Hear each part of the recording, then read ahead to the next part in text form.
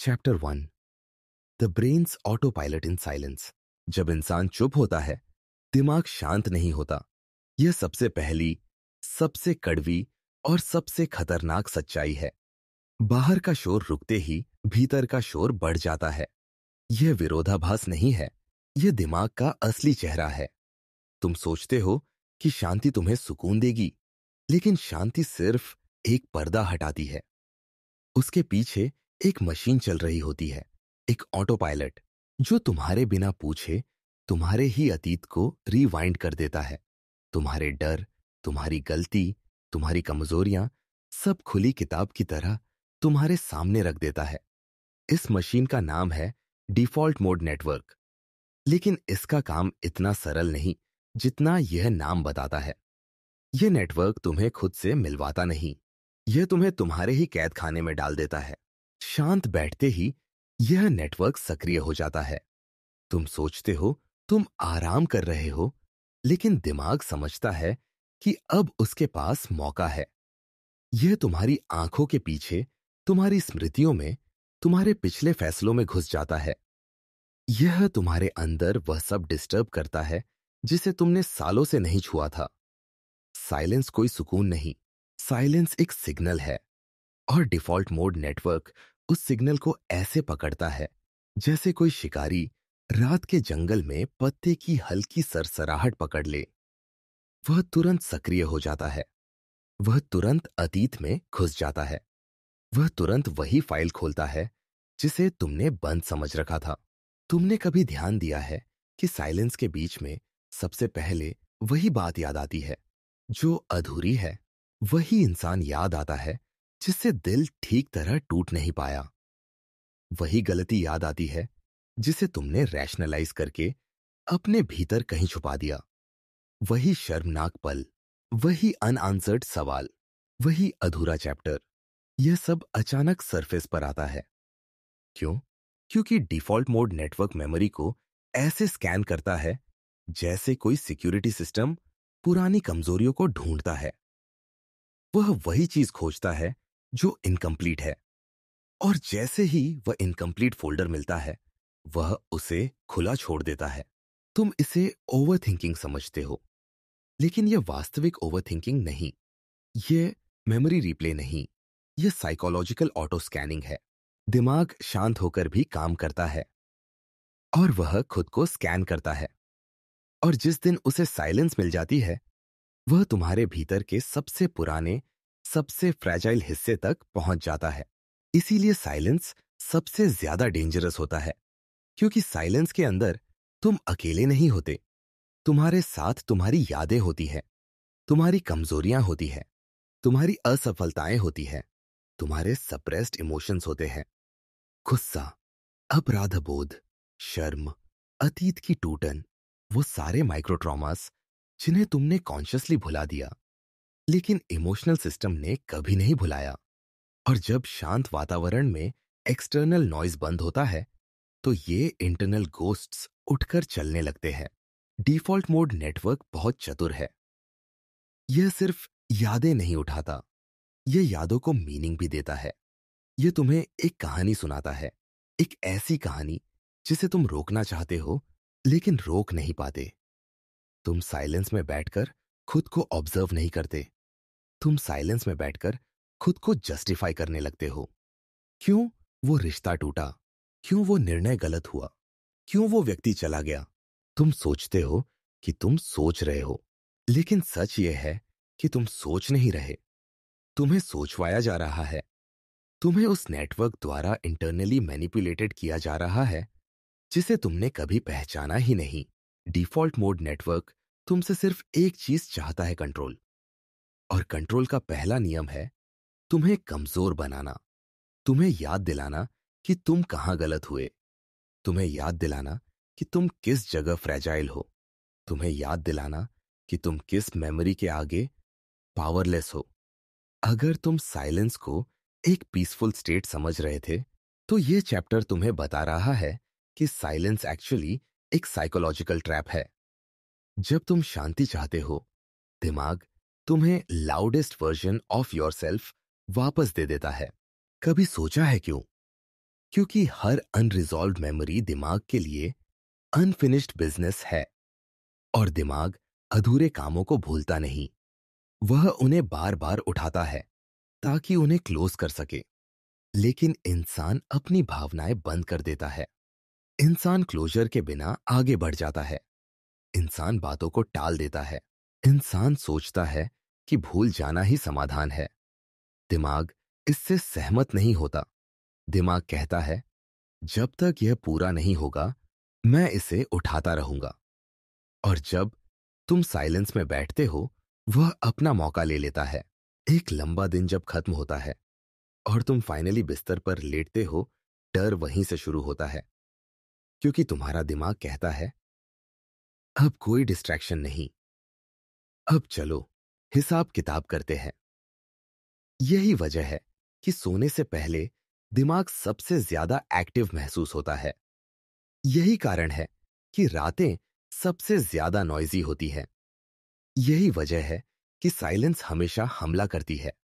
तुम्हें लगता है कि तुम सोने वाले हो और दिमाग को लगता है कि अब उसके पास तुम्हें तोड़ने का परफेक्ट समय है। लेकिन यह नेटवर्क तुम्हारा दुश्मन नहीं, यह सिर्फ तुम्हारा अनफिल्टर्ड मिरर है। तुमने जितने चैप्टर्स बंद किए, उसने कोई नहीं किया। तुमने जितनी बातें दबी, उसने किसी को डिलीट नहीं किया। तुम जितना बाहर स्ट्रांग बने रहे, अंदर इतना ही एक्यूमुलेटेड लोड पड़ा। और कभी ना कभी साइलेंस उस लोड को बाहर लाने का रास्ता बन जाती है। यह चैप्टर तुम्हें सिर्फ एक चीज समझा रहा है, तुम साइलेंस से लड़ नहीं रहे, तुम अपने मन की इंटरनल मशीनरी से लड़ रहे हो। और सबसे खतरनाक बात, तुम उसको जानते ही नहीं।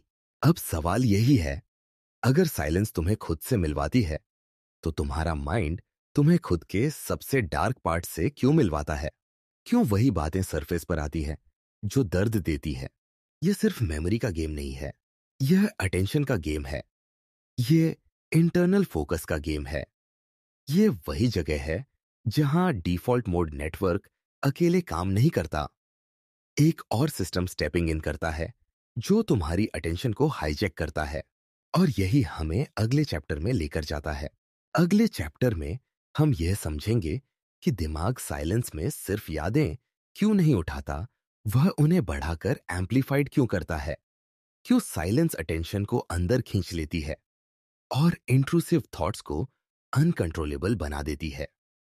हम जानेंगे कि अटेंशन हाईजैक, इंटरनल स्पॉटलाइट और सबकॉन्शियस रिप्ले मैकेनिज्म मिलकर तुम्हें क्यों आपके ही दिमाग का बंदी बना देते हैं।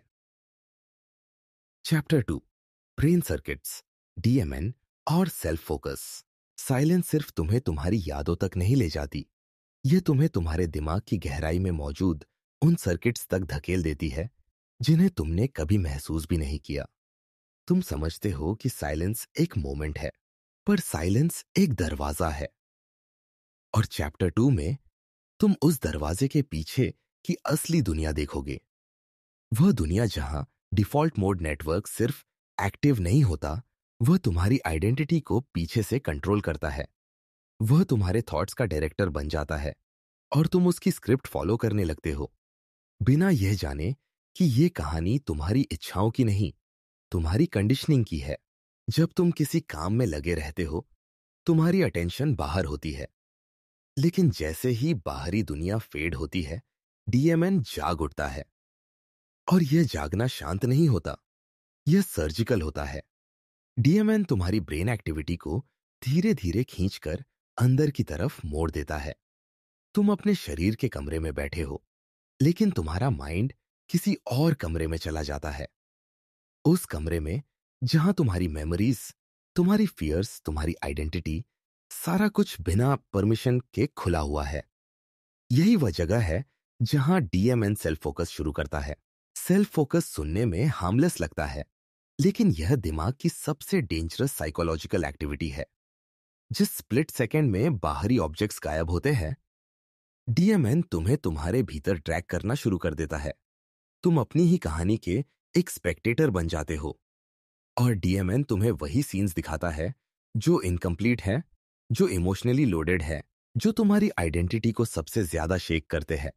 तुम सोचते हो तुम अपने बारे में सोच रहे हो, लेकिन असल में डीएमएन तुम्हें वही दिखा रहा है जिसे उसने थ्रेट माना हुआ है। डीएमएन का सेल्फ फोकस तुम्हारे अतीत में घुस जाता है। वह तुम्हारी बायोग्राफी नहीं पढ़ता, वह तुम्हारे इमोशनल बायोग्राफी को पढ़ता है। वह तुम्हें सिर्फ यह नहीं दिखाता कि तुमने क्या किया, वह तुम्हें यह दिखाता है कि तुमने कहां दर्द महसूस किया। यह नेटवर्क तुम्हारी स्टोरी को लॉजिकल नहीं बनाता, यह उसे इमोशनल बनाता है। और यही वजह है कि शांत होने पर तुम्हें वही घटनाएं याद आती है जिनमें आपका ईगो सबसे फ्रैजाइल था। तुम्हारी सबसे छोटी, सबसे पर्सनल टूटने फिर से खुलने लगती है, जैसे किसी इनविजिबल हैंड ने पुराने घाव की पट्टी खींचती हो। डीएमएन तुम्हें याद दिलाता है कि तुम कौन थे, लेकिन यह कभी याद नहीं दिलाता कि तुम क्या बन सकते हो। यह तुम्हारा फ्यूचर नहीं दिखाता, यह तुम्हारी फेलियर्स और फियर्स को एम्पलीफाई करता है। डीएमएन पास्ट को सिर्फ याद नहीं करता, वह उसे पुनर्जीवित करता है, जैसे कोई पुरानी फिल्म को बढ़ा चढ़ाकर दिखाया जा रहा हो। और तुम जितना अंदर जाते हो उतना महसूस करते हो कि तुम अपने ही दिमाग में कैद हो। लेकिन डीएमएन सिर्फ पास्ट में नहीं छोड़ता, यह तुम्हें फ्यूचर में फेंकता है। तुम एक मेंटल टाइम ट्रैवलर बन जाते हो। तुम वहां जाते हो जहां कुछ हुआ नहीं, लेकिन डीएमएन तुम्हें डराता है जैसे वह सच में हुआ हो। यह तुम्हें पास्ट की विफलताओं और फ्यूचर की चिंताओं के बीच फंसा देता है। यही रीजन है कि साइलेंस में एंग्जाइटी बढ़ जाती है, क्योंकि तुम्हारा mind neither here nor there रहता है। तुम एक ऐसे टाइम लूप में फंस जाते हो जहां हर पॉसिबिलिटी थ्रेड बन जाती है। सेल्फ फोकस थिंकिंग एक बीमारी की तरह है, क्योंकि इसमें कोई बाउंड्री नहीं होती। तुम इमेजिन करते हो कि तुम सोच रहे हो, लेकिन असल में तुम सिर्फ रिएक्ट कर रहे हो डीएमएन के सिग्नल्स पर, उसकी बनाई हुई स्टोरीज पर। डीएमएन तुम्हें एक ऐसी जगह पर खड़ा कर देता है जहां तुम अपनी मिस्टेक्स को दुगना बुरा महसूस करते हो और अपने फियर्स को दुगना बड़ा देख लेते हो। इन सर्किट्स में क्लैरिटी नहीं होती, सिर्फ डिस्टॉर्शन होती है। ये वही सर्किट है जो तुम्हें ये बताने लगते हैं कि शायद तुम पर्याप्त नहीं हो, शायद तुमने गलत रास्ता चुना, शायद तुम गलत इंसान हो, शायद तुम अपनी ही कहानी में एक्स्ट्रा हो, हीरो नहीं। सेल्फ फोकस का खेल आइडेंटिटी को खा जाने वाला है, क्योंकि डीएमएन तुम्हें लगातार यह बताता रहता है कि तुम अपनी ही कहानी के विलेन हो। वह तुम्हें कहानी का वर्स्ट मोमेंट दिखाता है और कहता है यही तुम हो, और तुम इस पर विश्वास करने लगते हो। डीएमएन की वायरिंग इतनी डीप है कि तुम उसे पहचान भी नहीं पाते। तुम्हें लगता है कि तुम लॉजिकल हो, थॉटफुल हो, सेल्फ अवेयर हो, जबकि सच ये है कि तुम्हारा लॉजिक डीएमएन की इमोशनल एडिटिंग के नीचे दब चुका होता है। तुम अपनी ही आइडेंटिटी के उन हिस्सों से लड़ रहे होते हो जिन्हें तुमने कभी कॉन्शियसली चुना ही नहीं था। डिफॉल्ट मोड नेटवर्क एक शैडो एडिटर है। वह तुम्हारी लाइफ स्टोरी को तुम्हारे खिलाफ फ्रेम करता है, और साइलेंस उसके लिए सबसे बड़ा मौका है। सेल्फ फोकस का सबसे डार्क ट्रूथ यह है कि यह तुम्हें दो दुनियाओं में फंसा देता है, पास्ट और फ्यूचर, और दोनों ही तुम्हें वीकन करते हैं। पास्ट तुम्हें गिल्ट देता है, फ्यूचर तुम्हें फियर देता है, और डीएमएन इन दोनों को एक ही नैरेटिव में मर्ज कर देता है, जैसे तुम्हारी पूरी आइडेंटिटी सिर्फ पेन और कंफ्यूजन का सम हो। साइलेंस में तुम खुद को जज करते हो, डिसेक्ट करते हो, पनिश करते हो। तुम अपने ही दिमाग में डिफेंडेंट और जज दोनों बन जाते हो, और डीएमएन कोर्टरूम चालू कर देता है। एविडेंस वही पुरानी, वही गलती, वही फेलियर, वही दुख, वही वीकनेस। तुम जितना बचना चाहते हो, नेटवर्क उतना ही तुम्हें इनसाइड पुल करता है। इस चैप्टर का दर्द यही है, साइलेंस तुम्हें तुम्हारे अंदर नहीं ले जाती, साइलेंस तुम्हें डीएमएन के अंदर ले जाती है, और डीएमएन तुम्हें तुम्हारी आइडेंटिटी के सबसे प्रिमिटिव, सबसे वल्नरेबल, सबसे फियरफुल वर्जन से जोड़ देता है। जब तक तुम इस नेटवर्क को देख नहीं पाते, तुम खुद को नहीं देख सकते। तुम अपने थॉट्स को अपना समझते रहोगे, जबकि वे सिर्फ न्यूरल सर्किट्स की इकोज हैं। अब एक बड़ा सवाल खुलता है, डीएमएन तुम्हें सेल्फ फोकस में धकेलता क्यों है? और सेल्फ फोकस सबसे पहले पास्ट के इनकम्प्लीट चैप्टर्स को ही क्यों खींचता है? यही डोरवे हमें अगले चैप्टर में लेकर जाता है, जहां दिमाग का सबसे हॉन्टिंग ट्रूथ खुलता है। अनफिनिश्ड मेमोरीज कभी नहीं मरती, वे सिर्फ इंतजार करती है साइलेंस के आने का। और इसी कारण चैप्टर 3 में हम उतरेंगे उस जगह जहां हिपोकैम्पस और ज़ेगर्निक इफेक्ट तुम्हारे भीतर की हर अधूरी बात को सरफेस पर धकेल देते हैं।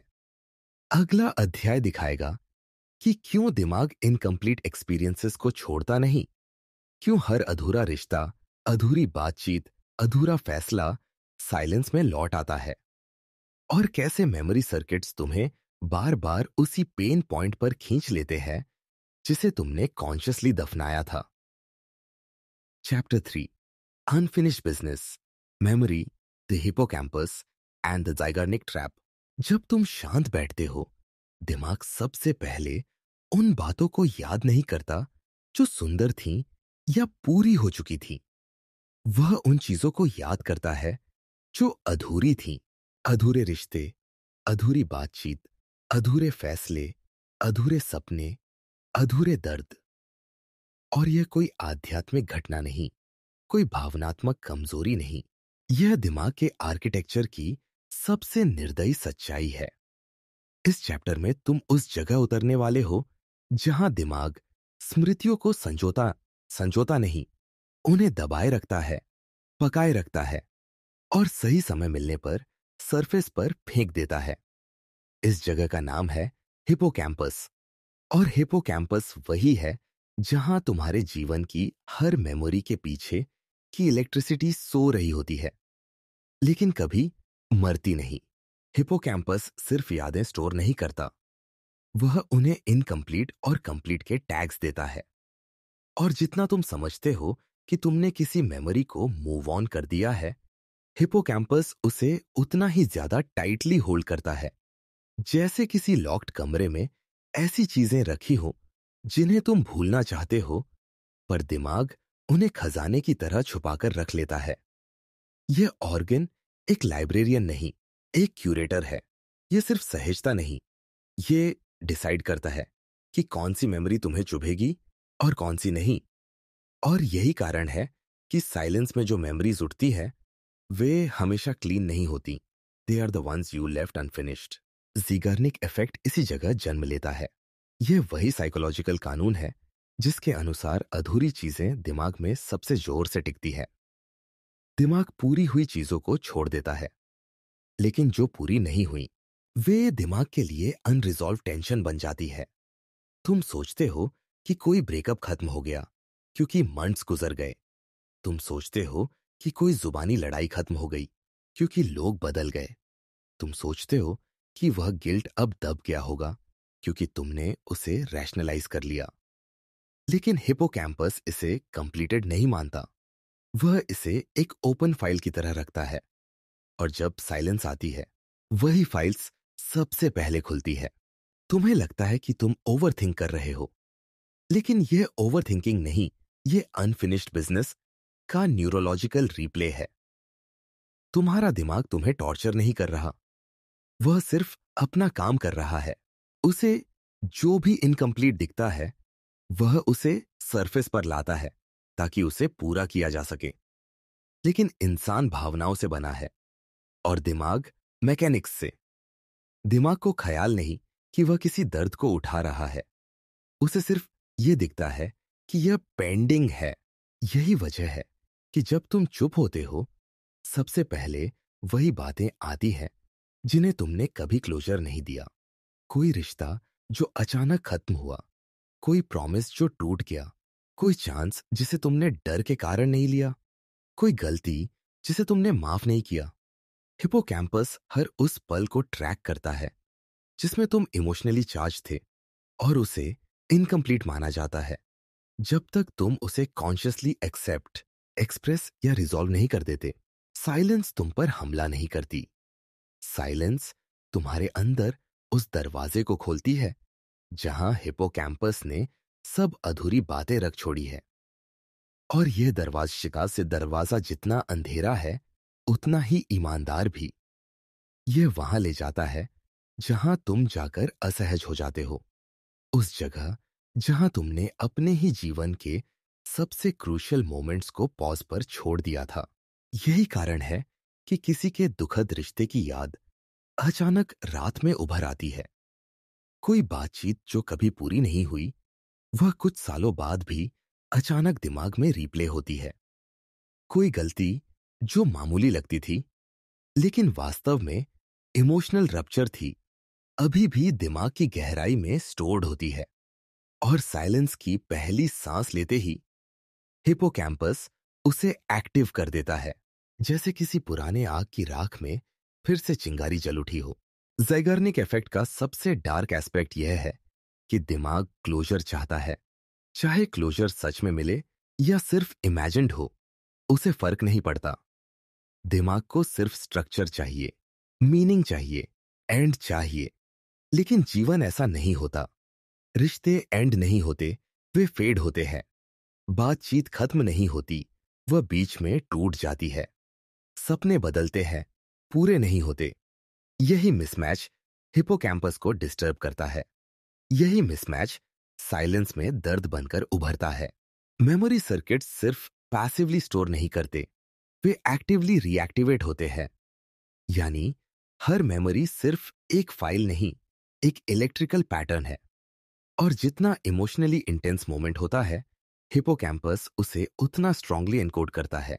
यही कारण है कि तुम्हें अपने जीवन का सबसे सुंदर दिन वेग याद है, लेकिन वह पेनफुल दिन क्रिस्टल क्लियर, क्योंकि हिपोकैम्पस पॉजिटिव को प्यार से, नेगेटिव को खतरे की तरह स्टोर करता है। और दिमाग खतरे को कभी भूलता नहीं। इस अध्याय की सबसे खतरनाक सच्चाई यही है, साइलेंस तुम्हें तुम्हारी अनफिनिश्ड आइडेंटिटी दिखाती है। हर मेमोरी सिर्फ घटना नहीं, एक वर्जन है, और इनकम्प्लीट वर्जन्स हमेशा रिटर्न करते हैं। तुम चाहे कितने भी बिजी हो जाओ, कितने भी डिस्ट्रैक्टेड हो जाओ, साइलेंस इवेंचुअली तुम्हें वही दिखाती है जिससे तुम भाग रहे थे। और भागना क्लोजर नहीं होता, भागना सिर्फ डिले होता है। दिमाग डिलेस को इनकम्प्लीट कैटेगरी में डाल देता है, और फिर वही कहानी शुरू हो जाती है। हिपोकैम्पस एक आर्काइव है, और साइलेंस उसका आर्काइव रूम। तुम उस रूम में जब भी अकेले जाते हो, तुम्हारी सबसे परेशान करने वाली फाइल्स ऑटोमेटिकली खुल जाती है।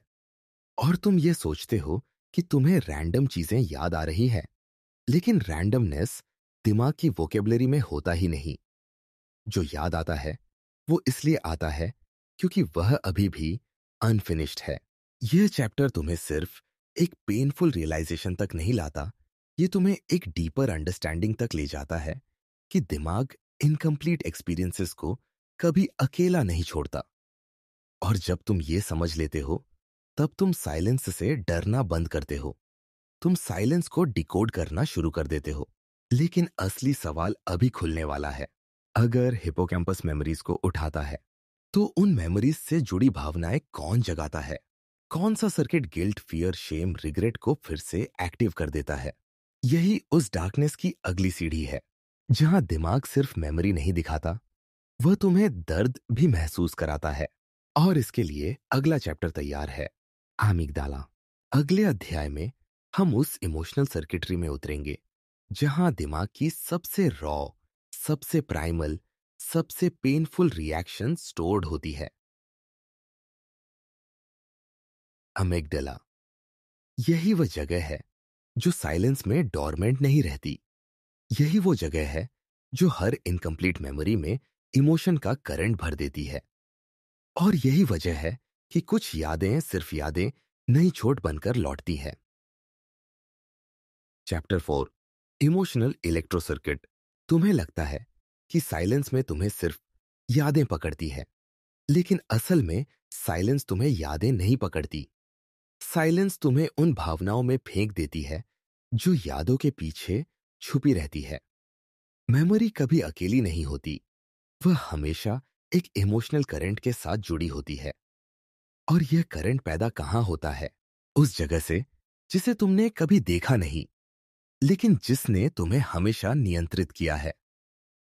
यह जगह है अमिगडाला।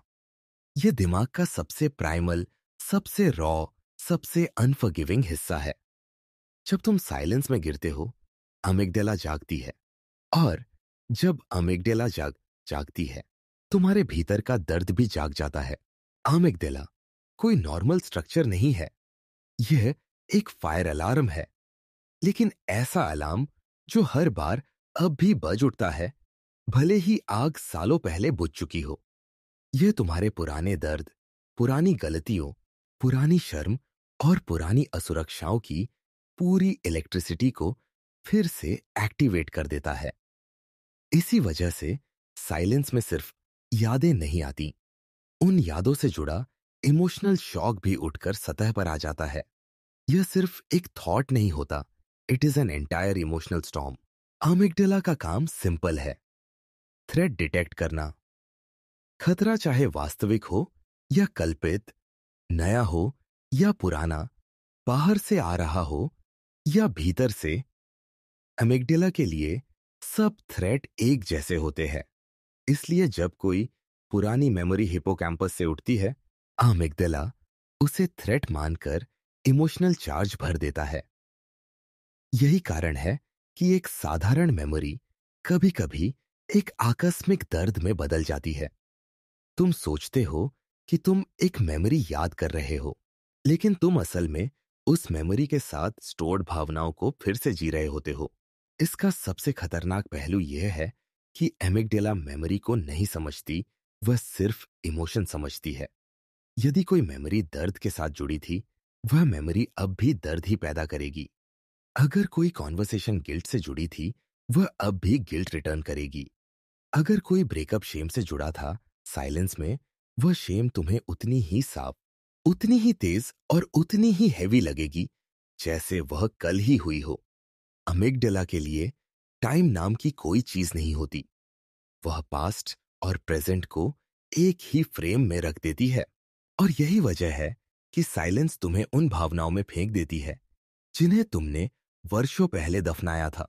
यदि हिपोकैम्पस यादों का लाइब्रेरियन है, तो अमिगडाला उन यादों का घोस्ट है। वह वही इमोशन उठाता है जिसे तुमने कभी महसूस किया था, और उसे वैसे ही वापस भेज देता है, बिना किसी फिल्टर, बिना किसी एक्सप्लेनेशन। इसलिए साइलेंस में तुम्हें अपने ही अंदर कहीं एक अजीब बेचैनी महसूस होती है। वह बेचैनी यादों की वजह से नहीं, अमिगडाला की वजह से होती है। यह ऑर्गन हमेशा तैयार रहता है तुम्हें आकर्षित करने, डराने, चेतावनी देने या तोड़ने के लिए। और साइलेंस उसके लिए ओपन बैटलफील्ड है। जब तुम किसी पुराने दर्द को याद करते हो, अमिगडाला उसे सिर्फ याद नहीं करती, वह उसे फिर से महसूस कराती है। ओल्ड इमोशनल वुंड्स फ्यूज हो जाते हैं, जैसे मेमोरीज और पेन एक ही इलेक्ट्रिसिटी बन जाते हो। यही कारण है कि जब तुम साइलेंस में बैठते हो, अचानक गिल्ट उठता है, अचानक किसी की कमी चुभती है, अचानक एक असुरक्षा लाउड लगती है, अचानक एक पुरानी गलती दिल में भारी हो जाती है।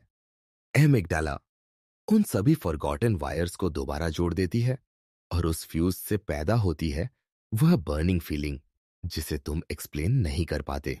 साइलेंस में तुम्हारा दिमाग सिर्फ सोचता नहीं, तुम्हारा दिमाग फाइट और फ्लाइट मोड में आ जाता है, क्योंकि अमिगडाला हर इमोशनल सिग्नल को सर्वाइवल थ्रेट समझती है। तुम सोचते हो कि साइलेंस तुम्हें एंग्जाइटी देती है, लेकिन साइलेंस सिर्फ अमिगडाला को आवाज देती है। और अमिगडाला तुम्हें वह सब दिखाती है जिससे तुम भागते आए हो, उन डर से जिन्हें तुमने कभी एक्सेप्ट नहीं किया, उन शर्मिंदगी से जिनसे तुमने कभी फेस नहीं किया, उन पछतावों से जिन्हें तुमने नेवर रिजॉल्व किया। अमिगडाला अनरिजॉल्व्ड इमोशनल फाइल्स को सबसे पहले इग्नाइट करती है। अमिगडाला का सबसे ब्रूटल ट्रूथ यही है, ये तुम्हें सर्वाइवल के लिए प्रोटेक्ट करना चाहती है, लेकिन उसी प्रोटेक्शन के नाम पर यह तुम्हें पुराने इमोशनल जेल में बंद कर देती है। यह तुम्हें वही मोमेंट्स याद करवाती है जिनमें तुम टूटे थे, क्योंकि उसका लॉजिक सिंपल है, painful memories equal lessons equal survival.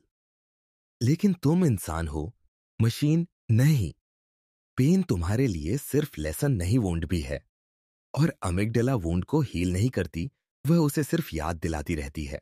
Silence में ये ऑर्गन तुम्हारी आइडेंटिटी को इमोशनल लेवल पर शेक कर देता है। तुम्हें लगता है कि तुम अचानक सैड हो गए, अचानक एंग्शियस हो गए, अचानक गिल्टी महसूस कर रहे हो। जबकि ट्रूथ ये है कि अमिगडाला बस अपना काम कर रही है। तुम जैसे ही शांत हुए, उसने सिग्नल समझ लिया कि अब तुम्हारा कॉन्शियस माइंड खाली है और उसने पुराने इमोशंस रन करने शुरू कर दिए। तुम्हारा दिमाग शांत नहीं था, तुम्हारा दिमाग डिफेंस मोड में था, और यह डिफेंस मोड एक विशियस लूप में बदल जाता है। मेमोरी आती है, अमिगडाला इमोशन भेजती है, इमोशन मेमोरी को और स्ट्रांग बनाता है, मेमोरी फिर से आती है। यह लूप एक बार एक्टिवेट हो जाए तो तुम्हें लगता है कि साइलेंस तुम पर अटैक कर रही है। लेकिन वास्तविकता यह है कि अमिगडाला तुम्हें तुम्हारी ही बेरिड इमोशंस से इंट्रोड्यूस करवा रही है। तुम उनसे भाग भी नहीं सकते क्योंकि वे पूरी तरह तुम्हें ही स्टोर्ड है। अमिगडाला हर संबंधित मेमोरी से फियर जोड़ देती है। इसलिए कभी कभी कोई ऐसा सीन याद आ जाता है जो वास्तव में उतना पेनफुल था ही नहीं, लेकिन एमिगडाला उस मेमोरी को एग्जेजरेट कर देती है ताकि तुम फ्यूचर में सेम मिस्टेक रिपीट ना करो।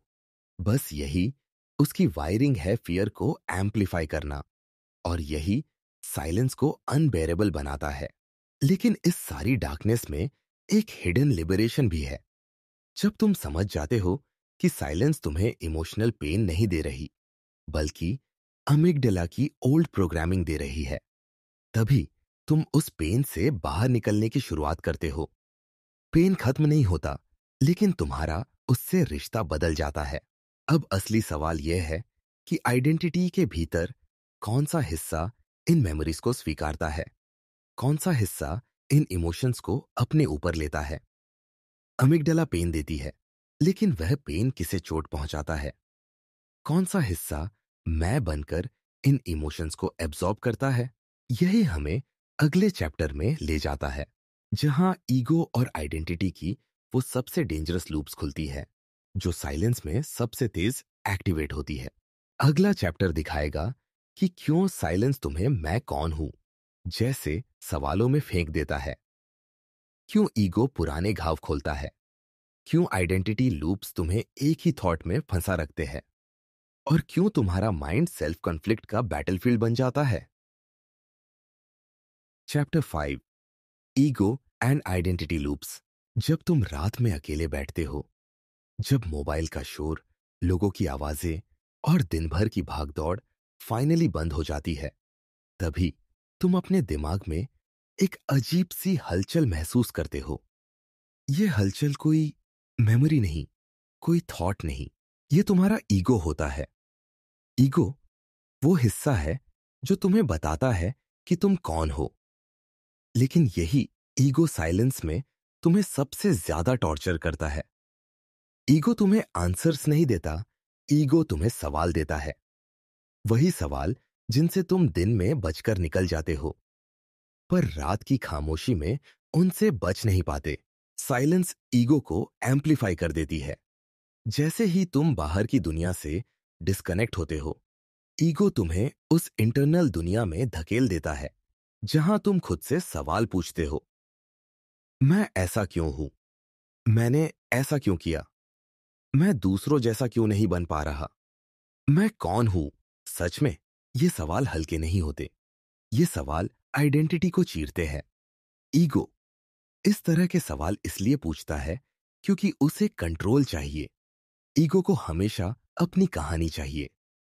ईगो उस कहानी को बार बार रिमाइंड करता है ताकि तुम उसके बनाए हुए वर्जन से एस्केप न कर सको।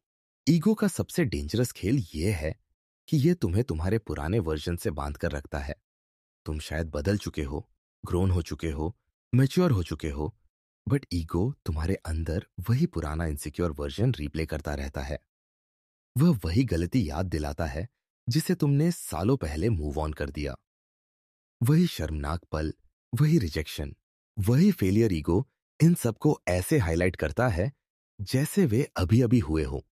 तुम सोचते हो कि तुम सेल्फ रिफ्लेक्ट कर रहे हो, लेकिन तुम सिर्फ ईगो की एडिटेड मूवी देख रहे होते हो। वह मूवी जिसमें तुम हमेशा गलत हो, हमेशा वीकर हो, हमेशा इनकम्प्लीट हो। आइडेंटिटी लूप्स यहीं से शुरू होते हैं। ईगो किसी मेमोरी को मेमोरी की तरह नहीं छोड़ता, वह मेमोरी को आइडेंटिटी बना देता है। कोई छोटी सी गलती अचानक तुम्हारे लिए मैं एक फेलियर हूं में बदल जाती है। कोई छोटी सी रिजेक्शन मैं लवेबल नहीं हूं बन जाती है। कोई साधारण कॉन्फ्लिक्ट मेरे अंदर कुछ बहुत खराब है बन जाता है। ईगो कभी नहीं चाहेगा कि तुम न्यूट्रल होकर अपने इमोशंस देखो। यदि तुमने न्यूट्रलिटी सीख ली, ईगो इरेलीवेंट हो जाएगा। यही वजह है कि ईगो साइलेंस के अंदर तुम्हें सबसे ज्यादा डिस्टर्ब करता है। वह चाहता है कि तुम अनकंफर्टेबल रहो, क्योंकि अनकंफर्टेबल होने का मतलब है कि ईगो बना हुआ है। साइलेंस में दिमाग में एक और बदलाव आता है। तुम आइडेंटिटी के कई वर्जन्स में बांट जाते हो।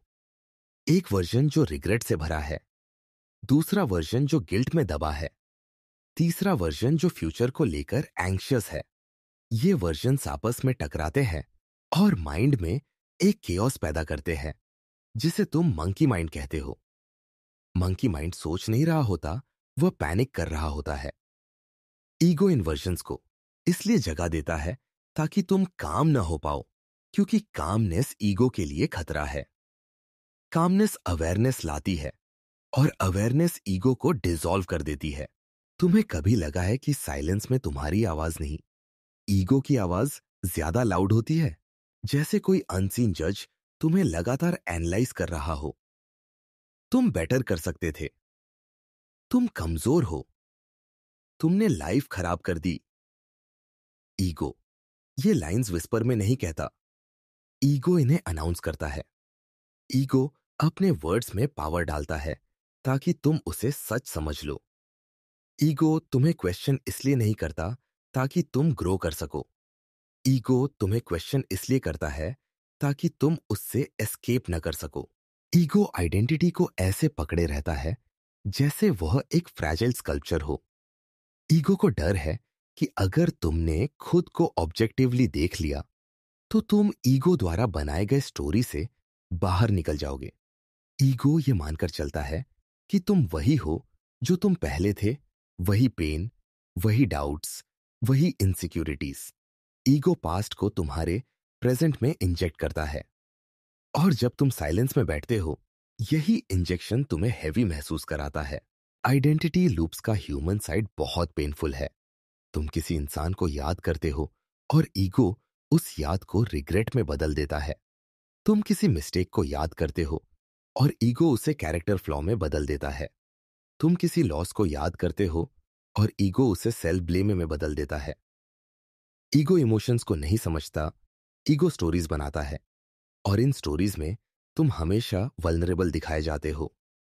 ईगो के लाए तुम्हारा स्ट्रॉन्गर सेल्फ डेंजरस है, क्योंकि स्ट्रॉन्गर सेल्फ ईगो पर डिपेंड नहीं करता। लेकिन यह पूरा चैप्टर तुम्हें सिर्फ ईगो की डार्कनेस दिखाने के लिए नहीं है, इसका एक हिडन लिबरेशन भी है। ईगो और आइडेंटिटी लूप्स तुम्हें तोड़ते नहीं, वे तुम्हें रिवील करते हैं। ईगो जब तुम्हें आपके सबसे फ्रैजाइल वर्जन से मिलवाता है, वह वीकनेस नहीं, अवेकनिंग का फर्स्ट स्टेप होता है।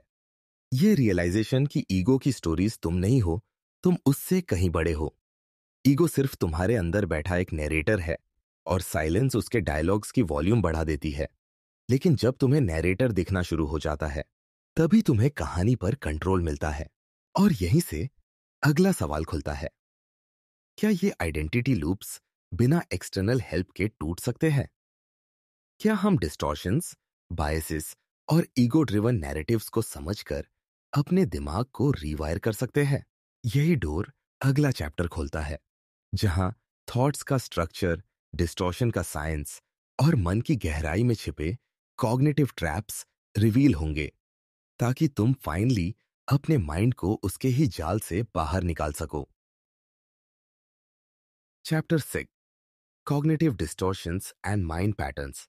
जब साइलेंस तुम्हें अंदर की तरफ खींचती है, तुम सोचते हो कि तुम्हारा माइंड तुम्हें सच दिखा रहा है, लेकिन सच रेयरली दिखाई देता है।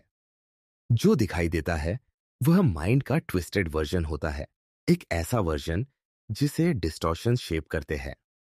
कॉग्निटिव डिस्टॉर्शंस तुमसे बातें नहीं करते, वे तुम्हारे अंदर अपनी आवाजें डालते हैं। तुम सोचते हो यह तुम हो, जबकि यह तुम्हारे दिमाग की अपनी स्क्रिप्टिंग है। साइलेंस में यह स्क्रिप्टिंग 3 गुना तेज हो जाती है, क्योंकि बाहर की दुनिया म्यूट होती है और अंदर की दुनिया बिना फिल्टर के ब्रॉडकास्ट होने लगती है। नेगेटिविटी बायस सबसे पहले आता है। यह डिस्टॉर्शन तुम्हें सबसे डार्क पॉसिबिलिटी दिखाता है, भले ही वह पॉसिबिलिटी एग्जिस्ट ही ना करती हो। तुम किसी छोटी सी बात के बारे में सोचते हो और माइंड तुरंत उसमें खतरा ढूंढ लेता है। कोई छोटा सा डिसएग्रीमेंट अचानक तुम्हें लगता है कि रिश्ता टूटने वाला है। कोई छोटी गलती तुम्हें लगता है कि तुम कंप्लीट फेलियर हो। साइलेंस नेगेटिविटी बायस को माइक्रोस्कोप की तरह एम्पलीफाई कर देती है। तुम्हें वही डिटेल्स दिखाती है जिनसे तुम्हें डर लगता है। यही बायस तुम्हें विश्वास दिलाता है कि दुनिया सुरक्षित नहीं है और तुम पर्याप्त नहीं हो। कैटास्ट्रोफाइजिंग उसी डार्कनेस को नेक्स्ट लेवल तक बढ़ाता है। यह डिस्टॉर्शन नॉर्मल लाइफ को डिजास्टर मैप की तरह पड़ता है। कोई छोटी सी चीज गलत हुई और माइंड तुरंत इमेजिन करता है कि फ्यूचर कोलैप्स होने वाला है। जॉब में एक छोटी क्रिटिसिज्म मिली और माइंड इंस्टेंटली कहता है तुम लूज कर जाओगे। रिलेशनशिप में एक मिसअंडरस्टैंडिंग हुई और माइंड इंस्टेंट कंक्लूजन निकाल देता है, यह खत्म हो जाएगा। साइलेंस में कैटास्ट्रोफाइजिंग का ग्रिप और टाइट हो जाता है, क्योंकि इमेजिनेशन को कोई सीमा नहीं मिलती। माइंड अनट्रेन्ड हो और साइलेंस गहरा हो तो दिमाग हर चीज को वर्स्ट केस सिनारियो में ट्रांसफॉर्म कर देता है। ऑल और नथिंग थिंकिंग आइडेंटिटी को सीधे बीच से तोड़ देता है। यह डिस्टॉर्शन तुम्हें मिडिल ग्राउंड देखने ही नहीं देता। तुम या तो परफेक्ट हो या यूजलेस, तुम या तो लव्ड हो या रिजेक्टेड, तुम या तो स्ट्रांग हो या ब्रोकन। यह डिस्टॉर्शन तुम्हें एक्सट्रीम्स में फेंक देता है। साइलेंस इसे और क्रूड बना देती है, क्योंकि साइलेंस में न्यूआंस खो जाता है और सिर्फ एक्सट्रीम इमोशंस बचते हैं। इस डिस्टॉर्शन के पीछे ईगो की एक गहरी नीड होती है, कंट्रोल पाने की। एक्सट्रीम थिंकिंग ईगो को सिंपल कंक्लूजन देता है, लेकिन तुम्हें एंडलेस सफरिंग देता है। कॉन्फर्मेशन बायस इस पूरे सिस्टम का सबसे चालाक डिस्टॉर्शन है। यह तुम्हें सिर्फ वही एविडेंस दिखाता है जो तुम्हारे डर, इनसिक्योरिटी और नेगेटिविटी को सपोर्ट करता है। तुमने किसी के साथ एक ऑकवर्ड मोमेंट फेस किया, कन्फर्मेशन बायस कहेगा सब तुम्हें जज कर रहे हैं। काम में कोई मिस्टेक हुई, कॉन्फर्मेशन बायस कहेगा तुम केपेबल नहीं हो। साइलेंस इन थॉट्स को प्रूफ की तरह प्रेजेंट कर देती है, जैसे माइंड वास्तविकता नहीं कोर्टरूम चला रहा हो। बायस सबूत ढूंढता नहीं, सबूत बना देता है और माइंड उसे ट्रूथ मान लेता है, क्योंकि साइलेंस में रेजिस्टेंस कमजोर होता है। ऑटोमेटिक थॉट्स इन डिस्टॉर्शंस के सोल्जर्स हैं। ये अचानक आते हैं, बिना लॉजिक, बिना कॉन्टेक्स्ट, बिना एक्सप्लेनेशन। मैं गलत हूं, मैं फेल हो जाऊंगा, मैं लवेबल नहीं हूं, मैं बदल नहीं सकता। यह थॉट्स रैंडम लगते हैं, लेकिन ये डीप कंडीशनिंग से आते हैं। साइलेंस में ऑटोमेटिक थॉट्स लाउड हो जाते हैं, क्योंकि डिस्ट्रैक्शंस बंद हो जाते हैं। ऑटोमेटिक थॉट्स वो इकोज हैं जिन्हें तुमने कभी कॉन्शियसली चैलेंज नहीं किया, इसलिए वे अब भी तुम्हारे अंदर अथॉरिटी की तरह बोलते हैं। इस अथॉरिटी को साइलेंस सपोर्ट करती है और तुम उसे ट्रूथ समझ लेते हो। यह डिस्टॉर्शंस का नेटवर्क सिर्फ थॉट को रूइन नहीं करता, यह तुम्हारी आइडेंटिटी को भी मैनिपुलेट करता है। ईगो डिस्टॉर्शंस को सर्वाइवल टूल की तरह यूज करता है। ईगो कहता है अगर तुम सबसे बुरा इमेजिन करोगे तो तुम हर्ट नहीं होगे, लेकिन यही इमेजिनेशन तुम्हें हर्ट करती है। ईगो कहता है अगर तुम खुद पर डाउट करोगे तो तुम गलतियां रिपीट नहीं करोगे, लेकिन यही डाउट तुम्हें आगे बढ़ने नहीं देता। डिस्टॉर्शंस रियलिटी को नहीं, आइडेंटिटी को शेप करते हैं। तुम खुद को वैसा नहीं देखते जैसा तुम हो, तुम खुद को वैसा देखते हो जैसा डिस्टॉर्शंस तुम्हें दिखाते हैं। डिस्टॉर्शंस का सबसे पेनफुल एस्पेक्ट यह है कि वे तुम्हें उन थॉट्स में आइसोलेट कर देते हैं जो सच नहीं, बट फील रियल इनफ कि वे तुम्हें अंदर से तोड़ दें। साइलेंस में डिस्टॉर्शंस तुम्हारे माइंड के अंदर एक एको चेंबर बना देते हैं। तुम किसी थॉट को सुनते नहीं, तुम उसे एम्पलीफाई करते हो, और जब एम्पलीफाई होता है वह थॉट तुम्हारी ट्रूथ बन जाता है। डिस्टॉर्शंस ट्रूथ नहीं होते, डिस्टॉर्शंस ट्रूथ जैसा महसूस होते हैं, और यही सबसे बड़ा ट्रैप है। लेकिन इस डार्कनेस में एक सटल क्लैरिटी भी छुपी है। डिस्टॉर्शंस तुम्हें डैमेज इसलिए करते हैं क्योंकि तुम उन्हें ऑब्जर्व नहीं कर पाते। तुम सोचते हो यह तुम हो, पर जब तुम इन डिस्टॉर्शंस को देखने लगते हो रियलाइज करते हो कि यह तुम नहीं, माइंड का फॉल्टी सॉफ्टवेयर है। उसी पल से डिस्टॉर्शन की पावर कम होने लगती है। साइलेंस तुम्हें डिस्टॉर्शंस के सामने हेल्पलेस नहीं बनाती, साइलेंस डिस्टॉर्शंस को दिखाती है। अवेयरनेस ही पहला कदम है डिस्टॉर्शन से बाहर निकलने का, और यही अवेयरनेस अगले चैप्टर में एक नया डोरवे खोलती है। वह डोरवे जहां ईस्टर्न विजडम बताती है कि साइलेंस एक पनिशमेंट नहीं, साइलेंस एक मिरर है। अगला चैप्टर बताएगा कि साइलेंस शांति क्यों नहीं देती, अवेयरनेस देती है। बुधा ने मंकी माइंड क्यों कहा, माइंडफुलनेस कैसे डिस्टॉर्शंस को डिसॉल्व करता है, और साइलेंस को कैसे शोर की जगह क्लैरिटी में बदला जा सकता है। Chapter 7, inner silence and eastern wisdom. Silence को अधिकतर लोग शांति समझ लेते हैं। उन्हें लगता है कि जब बाहर का शोर रुक जाएगा तब अंदर एक गहरा सुकून पैदा होगा। लेकिन जिन्होंने सच में साइलेंस को महसूस किया है वे जानते हैं साइलेंस सुकून नहीं देती, साइलेंस ट्रूथ देती है, और ट्रूथ हमेशा सॉफ्ट नहीं होती। ईस्टर्न विजडम यही कहती है कि साइलेंस तुम्हें एम्प्टी नहीं करती, साइलेंस तुम्हें एक्सपोज करती है। साइलेंस तुम्हारे माइंड की आवाजें तेज नहीं करती, साइलेंस तुम्हारे माइंड की असली आवाजें ऑडिबल बना देती है। जो नॉइज तुम दिन भर में इग्नोर करते हो, साइलेंस उसे स्पॉटलाइट में डाल देती है। बुधा ने माइंड को मंकी माइंड क्यों कहा, क्योंकि माइंड स्थिर नहीं होता। वह एक ब्रांच से दूसरी ब्रांच पर कूदता है, एक थॉट से दूसरे थॉट पर, एक फियर से दूसरी इनसिक्योरिटी पर। मंकी माइंड रेस्टलेस है, और साइलेंस उसे काम नहीं करती। साइलेंस उसे पकड़ लेती है, साइलेंस उसके कूदने की आवाज को क्लियर कर देती है। माइंड को शांत करने के लिए साइलेंस नहीं, अवेयरनेस चाहिए। साइलेंस तो सिर्फ वह जगह है जहां अवेयरनेस का काम शुरू होता है। ईस्टर्न ट्रेडिशंस हमेशा से यह सिखाती आई है कि साइलेंस अकेला इलाज नहीं, साइलेंस रॉ मटेरियल है। साइलेंस वह जगह है जहां माइंड रिवील होना शुरू होता है। लेकिन रेवलेशन के बिना ट्रांसफॉर्मेशन नहीं आता। इसलिए मंक्स और मेडिटेटर्स साइलेंस में बैठना अवॉइड नहीं करते, क्योंकि वे उससे भागते नहीं। उन्हें पता होता है कि साइलेंस हर उस चीज को सरफेस पर लाएगी जिसे वे दबाकर बैठे थे, और जब वह सरफेस पर आएगा तभी उसे डिकोड किया जा सकता है। माइंडफुलनेस का असली अर्थ यही है, माइंड को ऑब्जर्व करना बट माइंड को बिलीव नहीं करना। माइंडफुलनेस कोई टेक्निक नहीं, एक पॉस्चर है। यह पॉस्चर तुम्हें माइंड को डिस्टेंस से देखने देता है। जब तुम ऑब्जर्व करते हो कि माइंड क्या कर रहा है, माइंड की पावर नीचे गिर जाती है। तुम किसी थॉट को अपने साथ ब्लेंड नहीं करते, तुम उसे राइज और फॉल करते हुए देखते हो। यह ईस्टर्न ट्रेडिशन का सबसे पावरफुल साइकोलॉजिकल लेसन है। तुम तुम्हारे थॉट्स नहीं हो, तुम उनके विटनेस हो।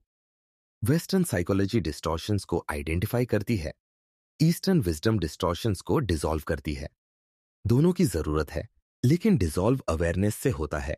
जब तुम साइलेंस में बैठते हो और माइंड में हलचल शुरू होती है, तुम रिएक्ट करते हो। यह रिएक्शन ही सफरिंग पैदा करता है। माइंडफुलनेस रिएक्शन को ब्रेक करती है। सिर्फ वॉचिंग, सिर्फ विटनेसिंग, सिर्फ नोटिसिंग, यह अप्रोच माइंड के पैटर्न्स को वीकन कर देती है। तुम नहीं कहते कि थॉट गलत है या अच्छा है, तुम सिर्फ रिकॉग्नाइज करते हो कि थॉट है। यह रिकग्निशन माइंड को एक नया एक्सपीरियंस देता है। माइंड अब तुम्हें ड्राइव नहीं कर सकता क्योंकि तुम उसके पीछे बैठकर स्टीयरिंग पकड़ चुके हो। ईस्टर्न विजडम यह भी कहती है कि साइलेंस में शोर एम्पलीफाई इसलिए होता है क्योंकि ईगो डिसॉल्व होने लगता है। ईगो अपनी आइडेंटिटी को बचाने के लिए नॉइज क्रिएट करता है। जब तुम प्रेजेंट मोमेंट में बैठते हो, ईगो फ्यूचर और पास्ट को पकड़कर खींचता है ताकि तुम उसे ऑब्जर्व न कर सको। माइंडफुलनेस ईगो के इन गेम्स को बहुत आसानी से डिसमेंटल कर देती है क्योंकि माइंडफुलनेस तुम्हें अब की तरफ वापस लाती है। अभी में न गिल्ट है, न शेम, न फियर। ये सब माइंड की स्टोरीज है जो अब के बाहर एग्जिस्ट करती है। ईस्टर्न प्रैक्टिसेस में एक शब्द है समता। इसका अर्थ है इनर स्टेबिलिटी। स्टेबिलिटी का अर्थ इमोशन का न होना, नहीं इमोशन के बाद भी ग्राउंडेड रहना है। माइंडफुलनेस तुम्हें स्टेबिलिटी देती है क्योंकि यह तुम्हें तुम्हारी थॉट्स की कहानी से बाहर खड़ा करती है। माइंड का काम सोचते रहना है, तुम्हारा काम ऑब्जर्व करना है। साइलेंस में यह सेपरेशन साफ दिखना शुरू होती है। तुम्हें महसूस होने लगता है कि माइंड तुम्हारी चाहत से नहीं अपनी मोमेंटम से चल रहा है। और जब यह दिखने लगता है तब मंकी माइंड टेम होना शुरू होता है। साइलेंस ईस्टर्न ट्रेडिशंस में हमेशा स्पिरिचुअल ग्रोथ का डोरवे रहा है, लेकिन यह डोरवे जल्दी नहीं खुलता। जब तुम साइलेंस में पहली बार बैठते हो, तुम केओस सुनते हो। दूसरी बार बैठते हो, तुम पैटर्न सुनते हो। तीसरी बार बैठते हो, तुम ट्रिगर समझते हो। और धीरे धीरे माइंड की आवाजें कम होना नहीं, प्रिडिक्टेबल होना शुरू होती है। स्टेबिलिटी प्रिडिक्टेबिलिटी से आती है, एब्सेंस से नहीं। माइंडफुलनेस यही देती है, सोचने को बंद नहीं करती, सोच को समझना सिखाती है। ईस्टर्न विजडम का सबसे बड़ा लेसन यही है, साइलेंस पीसफुल नहीं होती, साइलेंस पावरफुल होती है। साइलेंस तुम्हें रियल बनाती है क्योंकि साइलेंस में तुम रोल्स नहीं प्ले कर सकते। साइलेंस में तुम परफॉर्म नहीं कर सकते। साइलेंस में सिर्फ तुम हो, तुम्हारे थॉट, तुम्हारे स्कार्स, तुम्हारी ट्रूथ्स। और इन्हें देखना पेनफुल हो सकता है, लेकिन यही अवेयरनेस अवेकनिंग की शुरुआत है।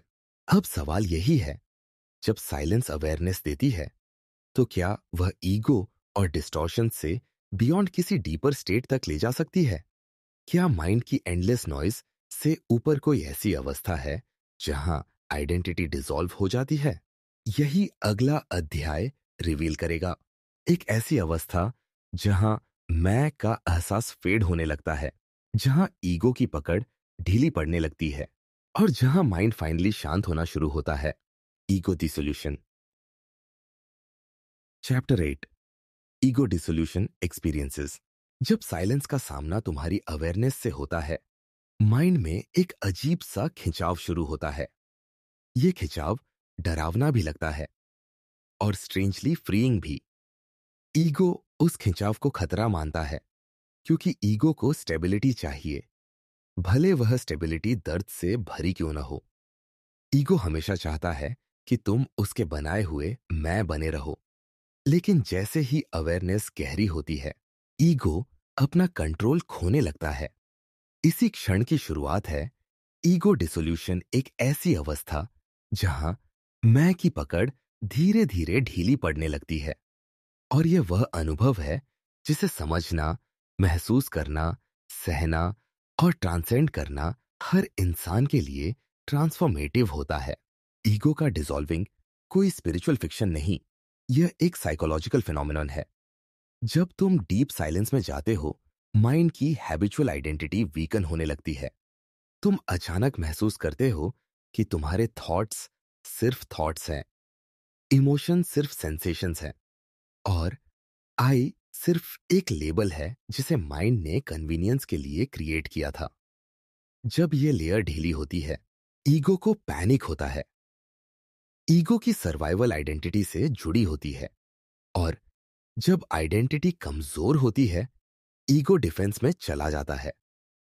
यही वजह है कि डीप मेडिटेशन या इंटेंस फोकस में अक्सर तुम इंटरनल रेजिस्टेंस महसूस करते हो कि माइंड सडनली कंफ्यूज्ड, रेस्टलेस या स्केयर्ड हो जाता है।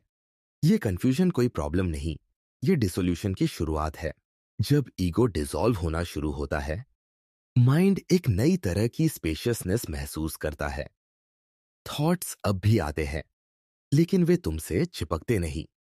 इमोशंस उठते हैं, लेकिन तुम्हें गिराते नहीं। तुम अपने अंदर एक ऑब्जर्वर की तरह महसूस करते हो, एक विटनेस जो माइंड के मूवमेंट्स को देख सकता है बिना उनमें खोए। यह अनुभव बहुत सटल होता है, लेकिन पावरफुल। ईगो इस विटनेसिंग को कलैप्स करने की कोशिश करता है, क्योंकि ईगो को महसूस होता है कि उसका ग्रिप टूट रहा है। ईगो हमेशा चाहता है कि तुम खुद को थॉट के साथ आइडेंटिफाई करो, लेकिन जब पहचान टूटती है, मैं धीरे धीरे एक फ्लूइड एक्सपीरियंस बन जाता है। ईस्टर्न ट्रेडिशंस में यही एक्सपीरियंस कई नामों से जाना जाता है। समाधि, निष्क्रिय भाव, फ्लो स्टेट। साइकोलॉजी इसे हाइपर फोकस या ईगो ट्रांसेंडेंट स्टेट कहती है। योद्धा, कलाकार, लेखक, संगीतकार सब इस स्टेट से गुजरते हैं। जब एक आर्चर एम लेता है और वर्ल्ड बैकग्राउंड में डिसॉल्व हो जाती है, जब एक डांसर अपने बॉडी को सेपरेट एंटिटी की तरह महसूस करता है, जब एक म्यूजिशियन अपने नोट्स और फिंगर्स के बीच की बाउंड्री खो देता है, यह ईगो डिसोल्यूशन है। माइंड अब सब्जेक्ट ऑब्जेक्ट डिवाइड को होल्ड नहीं कर पाता। सब कुछ एक फ्लूइड मूवमेंट में मर्ज होने लगता है। लेकिन साइलेंस में होने वाला डिसोल्यूशन थोड़ा अलग होता है, क्योंकि यह एक्सटर्नल एक्शन से नहीं, इंटरनल अवेयरनेस से आता है। तुमको लगता है जैसे माइंड किसी पहाड़ी पर खड़ा है और अचानक किसी गहरी वैली को देख रहा है। उस वैली में नॉइज नहीं, डेप्थ है। उस डेप्थ में आइडेंटिटी नहीं, प्रेजेंस है। तुम महसूस करते हो कि तुम्हें अपने थॉट्स को पकड़कर रखने की जरूरत नहीं, तुम उन्हें बस गुजरने दे सकते हो। ईगो तुम्हें हमेशा कहता है, यह मैं हूं, लेकिन डिसोल्यूशन कहता है, मैं इसको देख रहा हूं। और यह देखना लिबरेटिंग है। ईगो डिसोल्यूशन स्केरी भी लग सकता है। तुम्हें लगता है कि तुम अपने कंट्रोल खो रहे हो।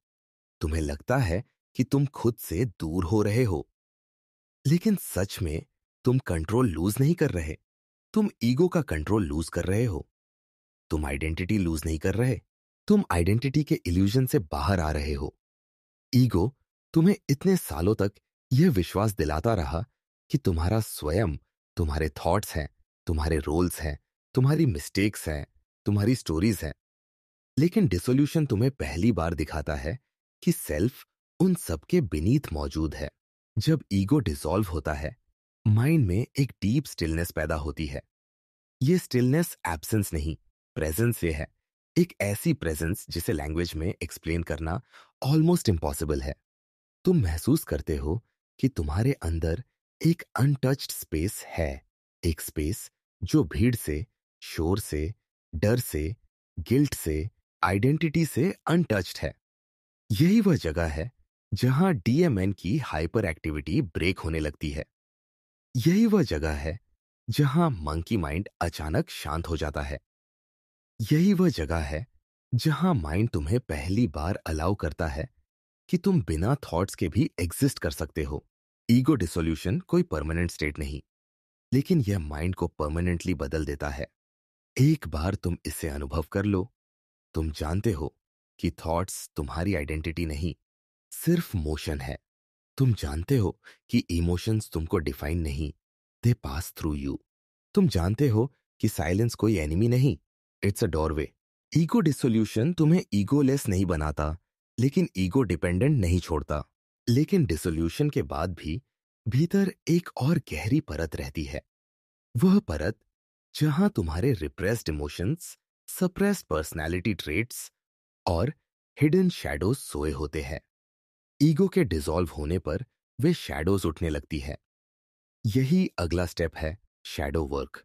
अगला चैप्टर बताएगा कि ईगो के कमजोर पड़ते ही माइंड की गहराई में छुपे हुए सप्रेस्ड इमोशंस सरफेस पर क्यों उठते हैं, क्यों साइलेंस तुम्हें तुम्हारे सबसे डार्क पार्ट्स दिखाती है, और कैसे शैडो वर्क आइडेंटिटी के टूटे हुए हिस्सों को एक साथ जोड़ता है। चैप्टर 9, शैडो वर्क और इनर इंटीग्रेशन। जब ईगो थोड़ा ढीला पड़ने लगता है, माइंड का एक और हिस्सा जागता है। वह हिस्सा जिसे तुमने सालों से दबा रखा था, वह हिस्सा जिसे तुमने कभी फेस नहीं किया, कभी एक्सेप्ट नहीं किया, कभी कॉन्शियसली एक्नॉलेज नहीं किया। इससे साइकोलॉजी में शैडो कहा जाता है। और यह शैडो सिर्फ तुम्हारे अंदर की डार्कनेस नहीं, ये तुम्हारे पर्सनालिटी का वह हिस्सा है जिसे तुमने दुनिया को दिखाने की अनुमति नहीं दी। शैडो तुम्हारी वजह से वीक नहीं, शैडो तुम्हारी वजह से हिडन है। और साइलेंस, साइलेंस वही जगह है जहां शैडो सबसे पहले हाथ बढ़ाती है। शैडो वर्क मुश्किल इसलिए है क्योंकि यह तुम्हें तुम्हारी खुद की परछाई से मिलवाता है। ईगो तुम्हें वही वर्जन दिखाता है जिस पर वह प्राउड होता है, लेकिन शैडो तुम्हें वह वर्जन दिखाता है जिसे ईगो ने क्लोजेट में बंद किया हुआ था। तुम अपनी उदासी को हाइड करते हो, शैडो उसे शो करता है। तुम अपने एंगर को सप्रेस करते हो, शैडो उसे महसूस कराता है। तुम अपनी जेलसी को डिनाई करते हो, शैडो उसे एक्सेप्ट करने के लिए मजबूर करता है। तुम अपनी इनसिक्योरिटी को मास्क करते हो, शैडो उस मास्क को उतार देता है। शैडो वर्क कोई स्पिरिचुअल जर्नी नहीं, ये रेडिकल ऑनेस्टी की यात्रा है। और इस ऑनेस्टी से ज्यादा डरावनी चीज कोई नहीं। साइलेंस इस प्रोसेस को तेज करती है, क्योंकि साइलेंस में डिस्ट्रैक्शंस नहीं होते। माइंड जब भाग नहीं सकता, शैडो उठकर सामने आ जाता है। तुम सोचते हो कि साइलेंस तुम्हें अनकंफर्टेबल बना रही है, लेकिन असली डिस्कंफर्ट तुम्हारे शैडो से आता है। वही शैडो जो उन हिस्सों को लेकर बना है जिन्हें तुमने बचपन से लेकर आज तक दबाया है। कोई चाइल्डहुड शेम, कोई हिडन रिजेंटमेंट, कोई बेरिड पेन, कोई अनप्रोसेस्ड ग्रीफ, ये सभी शैडो की मिट्टी में दबे रहते हैं। ईगो इन सभी को दबाकर आगे बढ़ने का इल्यूजन क्रिएट करता है, लेकिन साइलेंस इल्यूजन को डिसॉल्व कर देती है। शैडो वर्क का सबसे ह्यूमन पार्ट यह है कि यह तुम्हें तुम्हारी ओन इम्परफेक्शन से मिलवाता है। तुम सडनली महसूस करते हो कि तुम्हारे अंदर इतनी गहरी भावनाएं हैं जिन्हें तुमने कभी जगह नहीं दी। तुम रिकॉग्नाइज करते हो कि तुम सिर्फ स्ट्रांग, केपेबल या रैशनल नहीं, तुम फ्रैजाइल, स्केर्ड और डीपली इमोशनल भी हो। शैडो तुम्हें रिमाइंड करता है कि तुम इनकम्प्लीट हो, और यही इनकम्प्लीटनेस तुम्हारी ह्यूमैनिटी है। शैडो तुमसे परफेक्शन नहीं मांगता, शैडो तुमसे ऑनेस्टी मांगता है। जब शैडो उठता है, माइंड रेजिस्टेंस दिखाता है। तुम अनकंफर्टेबल होते हो क्योंकि शैडो की लैंग्वेज कंफर्टेबल नहीं होती। शैडो सुपीरियर टोन में नहीं बोलता, शैडो रॉ टोन में बोलता है। वह तुम्हें कहता है, तुम हर्ट हुए थे, तुम डर रहे थे, तुम जेलस थे, तुमने अटेंशन चाहा था। ईगो इन बातों को वीकनेस समझकर सप्रेस करता है, लेकिन शैडो इन्हीं ट्रूथ्स को लिबरेशन समझकर सरफेस पर लाता है। इस मोमेंट में तुम एक ऐसी पहचान महसूस करते हो जिसमें टूटना भी ठीक लगता है, क्योंकि टूटने का मतलब है कि तुमने दर्द को बाहर आने दिया। शैडो वर्क आइडेंटिटी को तोड़ता नहीं, आइडेंटिटी को पूरा करता है। तुम अपनी पर्सनालिटी को एक पॉलिश्ड वर्जन की तरह देखते हो, लेकिन शैडो उसे 3 डायमेंशनल बनाता है। तुम सिर्फ स्ट्रेंथ से नहीं बने, तुम मिस्टेक्स, फियर्स, फेलियर्स, रिग्रेट्स और रिप्रेस्ड इमोशंस से भी बने हो। शैडो इन्हें तुमसे छीनने नहीं आता, शैडो तुम्हें इन सबको इंटीग्रेट करना सिखाता है। इंटीग्रेशन का मतलब एक्सेप्ट करना है।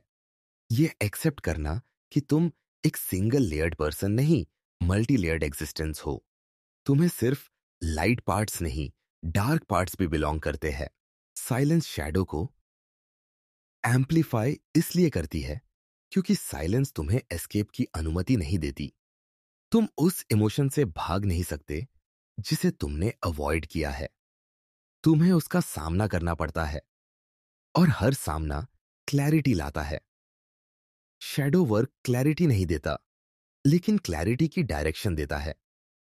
जब तुम अपनी शैडो को एक्नॉलेज करते हो, तुम अपने भीतर जजमेंट कम महसूस करते हो, क्योंकि जजमेंट ईगो की भाषा है, एक्सेप्टेंस शैडो की।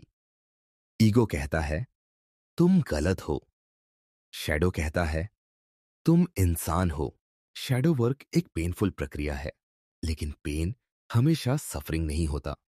पेन रिलीज भी है, पेन डिटॉक्स भी है, पेन हीलिंग का पहले स्टेप भी है। शैडो वर्क तुम्हें तुम्हारे भीतर की अनप्रोसेस भावनाओं से कन्फ्रंट कराता है, और यही कन्फ्रंटेशन इमोशन को स्टक रहने से रोकता है। शैडो तुम्हें डराता है क्योंकि शैडो में ट्रूथ होता है, लेकिन ट्रूथ ही ट्रांसफॉर्मेशन की सबसे सॉलिड आधारशिला है।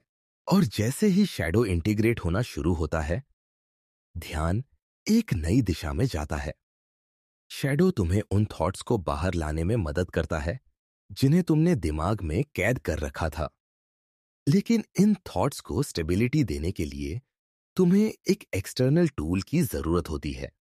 एक ऐसा टूल जो माइंड की केओटिक एनर्जी को मैनेजेबल स्ट्रक्चर में बदल सके। यही अगला चैप्टर रिवील करेगा, राइटिंग। अगला चैप्टर दिखाएगा कि जर्नलिंग और एक्सप्रेसिव राइटिंग कैसे शैडो के रॉ इमोशंस को बाहर निकालकर माइंड को काम बनाते हैं। कैसे वर्ड्स के माध्यम से इमोशन स्ट्रक्चर्ड होता है, और कैसे राइटिंग इमोशनल बर्डन को रिलीज कर देती है। Chapter 10, journaling and emotional writing.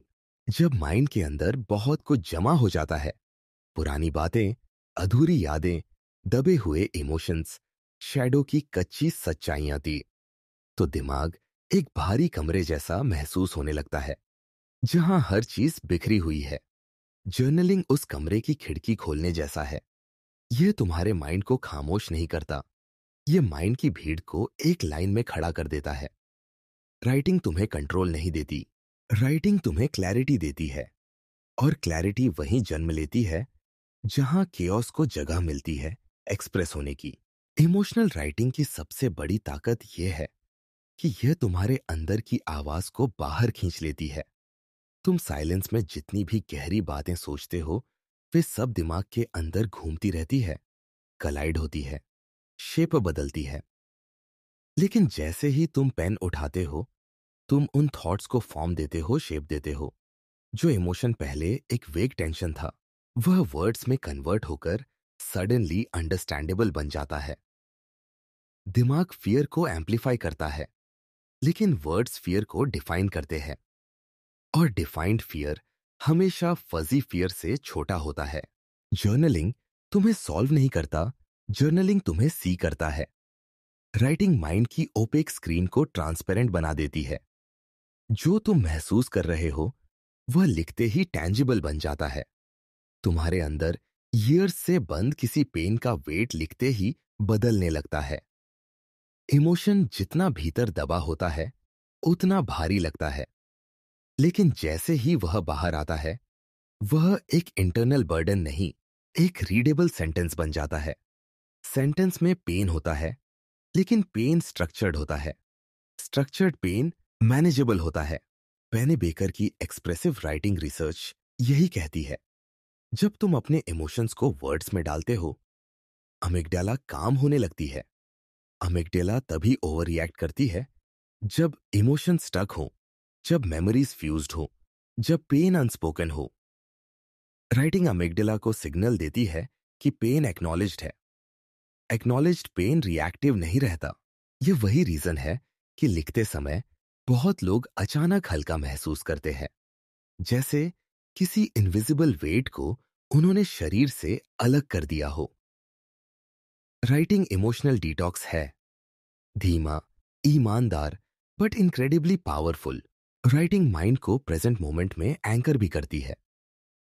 Silence में मेमोरीज और फैंटेसीज तुम्हें टाइम ट्रैवल करवाती है। ईगो तुम्हें पास्ट में धकेलता है, डिस्टॉर्शंस भविष्य में। लेकिन राइटिंग तुम्हें इस एग्जैक्ट मोमेंट में लाता है जहां तुम पेन, पेपर और अपनी रॉ ऑनेस्टी के साथ बैठे होते हो। जब तुम लिखते हो, माइंड पास्ट को एनालाइज नहीं कर रहा होता, माइंड प्रेजेंट को एक्सप्रेस कर रहा होता है। प्रेजेंट में लिखना एक ग्राउंडिंग एक्सपीरियंस है। यह डीएमएन की ओवर एक्टिविटी को सॉफन करता है। जब एक्सप्रेशन बाहर निकलता है, रुमिनेशन अंदर से कम हो जाती है। जर्नलिंग तुम्हें तुम्हारी ओन शैडो से भी इंट्रोड्यूस कराता है, एक जेंटल वे में। शैडो वर्क में इमोशंस तीव्र आते हैं, लेकिन लेखन उन इमोशंस के एजेस को सॉफन कर देता है। जब तुम लिखते हो कि हाँ, मैं जेलस महसूस करता हूं, या हाँ, मैं डर गया था, या हाँ, मुझे रिग्रेट है, ये शब्द शैडो को एनिमी से पार्टनर में बदल देते हैं। एक्सेप्टेंस राइटिंग के माध्यम से आसान हो जाता है। ईगो, जिसे वीकनेस मानता था, राइटिंग उसे ह्यूमैनिटी में बदल देती है। कई बार माइंड इतना भरा होता है कि थॉट्स एक दूसरे से टकराकर ब्लर बना देते हैं, लेकिन जब तुम लिखते हो, ब्लर अलग अलग लाइंस में बदल जाता है। तुम देख लेते हो कि तुम्हारे थॉट पैटर्न्स रिपीट हो रहे हैं। तुम नोटिस करते हो कि पेन सिर्फ पेन नहीं, उसके पीछे ट्रिगर्स हैं। तुम रिकॉग्नाइज करते हो कि जो बात तुम आज महसूस कर रहे हो, वह कई सालों से रिपीट हो रही है। जर्नलिंग तुम्हें तुम्हारा इनर मैप दिखाता है, माइंड की ज्योग्राफी रिवील करता है। और बिना मैप के कोई जर्नी कॉन्शियस नहीं होती। राइटिंग सिर्फ इमोशंस रिलीज नहीं करती, राइटिंग आइडेंटिटी रिकंस्ट्रक्ट भी करती है। ईगो आइडेंटिटी को रिजिड बनाता है, लेकिन जर्नलिंग आइडेंटिटी को फ्लेक्सिबल बना देती है। तुम लिखते लिखते रिकॉग्नाइज करते हो कि मैं स्टैटिक नहीं हूं, मैं एक इवॉल्विंग स्टोरी हूं, जिसमें करेक्शंस, एक्सपेंशंस और ट्रांसफॉर्मेशन संभव है। राइटिंग तुम्हें परमिशन देती है कि तुम खुद को रीराइट कर सको। आइडेंटिटी तुम पर इम्पोज नहीं रहती। आइडेंटिटी तुम्हारे हाथ में पेन बन जाती है। साइलेंस में बिना लिखे रहना ऐसा है जैसे समुद्र में बिना नाव के तैरना। राइटिंग नाव नहीं, दिशा है। राइटिंग तुम्हें रास्ता देती है। यह इमोशनल फ्लडिंग को रिड्यूस करती है और माइंड को एक कंटेनेबल शेप में कन्वर्ट कर देती है। तुम जितना लिखते हो, माइंड उतना एम्प्टी नहीं होता, माइंड उतना ट्रांसपेरेंट हो जाता है। एम्प्टी होना हल्का बनाता है, ट्रांसपेरेंट होना अवेयर बनाता है, और अवेयरनेस ट्रांसफॉर्मेशन की सबसे पहली सीढ़ी है। लेकिन लिखने से क्लैरिटी मिलती है। क्लैरिटी एक्शन नहीं है।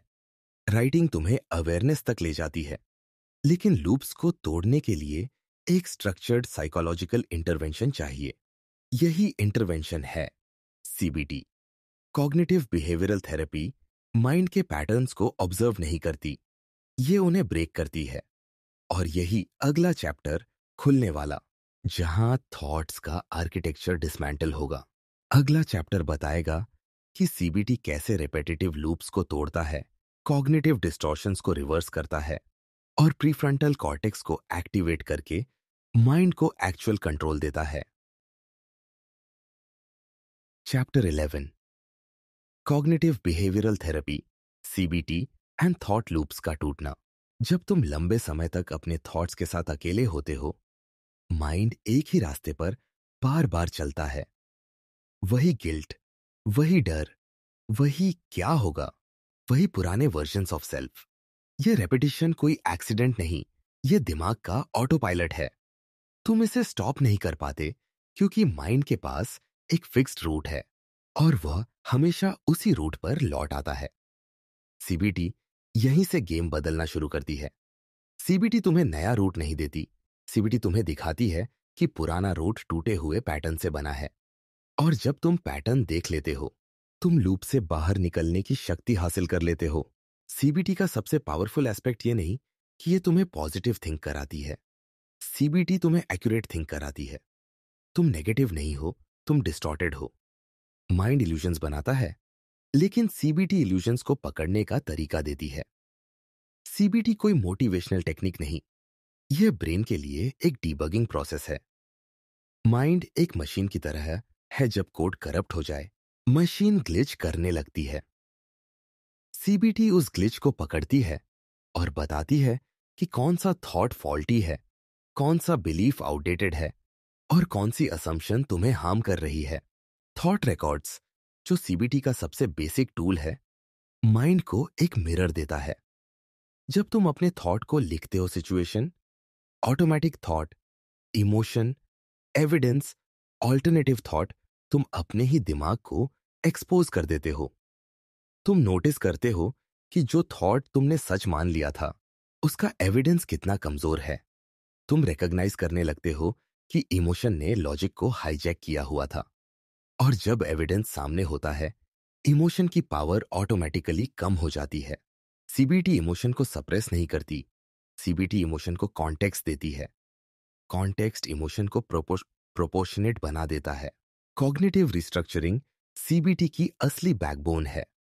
माइंड किसी थॉट को सिर्फ इसलिए नहीं मानता कि वह लॉजिकल है, माइंड उसे इसलिए मानता है क्योंकि वह फेमिलियर है। ओल्ड बिलीफ सबसे जोर से पकड़ते हैं। मैं अच्छा नहीं हूं, मैं फेल हो जाऊंगा, लोग मुझे जज करते हैं। यह विचार लॉजिकल नहीं, हैबिचुअल है। और सीबीटी इन हैबिचुएटेड थॉट्स को चैलेंज करने का ट्रेनिंग देती है। चैलेंज डर पैदा करता है, लेकिन ग्रोथ हमेशा चैलेंज से शुरू होती है। जब तुम अपने बिलीफ पर पहला सवाल उठाते हो, माइंड डरता है, लेकिन यह डर प्रूफ है कि बिलीफ वीक था, स्ट्रांग नहीं। स्ट्रांग बिलीफ सवाल से नहीं हिलते, वीक बिलीफ सवाल आते ही क्रम्बल हो जाते हैं। सीबीटी में सबसे बड़ा शिफ्ट यह होता है कि तुम थॉट और ट्रूथ के बीच अंतर समझना शुरू करते हो। साइलेंस में माइंड तुम्हें बताता रहता है कि जो तुम सोच रहे हो वही सच है, लेकिन सीबीटी कहती है हर थॉट सच नहीं, हर थॉट वैलिड नहीं, हर थॉट यूजफुल नहीं। यह फर्क सिंपल लगता है, लेकिन यही फर्क सफरिंग को रिड्यूस करता है। जब माइंड कहता है तुम्हारे साथ कुछ बुरा होने वाला है, सीबीटी पूछती है एविडेंस क्या है। माइंड पॉज करता है, आमिगडाला काम होती है, प्रीफ्रंटल कॉर्टेक्स एक्टिवेट होता है। यही एक्टिवेशन तुम्हें कंट्रोल वापस देता है। सीबीटी का साइंस यही कहता है, जब तुम किसी डिस्ट्रेसफुल थॉट को चैलेंज करते हो, प्रीफ्रंटल कॉर्टेक्स अमिगडाला के ऊपर कंट्रोल ले लेता है। यह बायोलॉजिकल शिफ्ट ड्रामेटिक होता है। अमिगडाला डर बनाती है, प्रीफ्रंटल कॉर्टेक्स रीजन लाता है। साइलेंस में रीजन म्यूट और फियर लाउड होता है। सीबीटी रीजन को वापस ऊपर लाती है।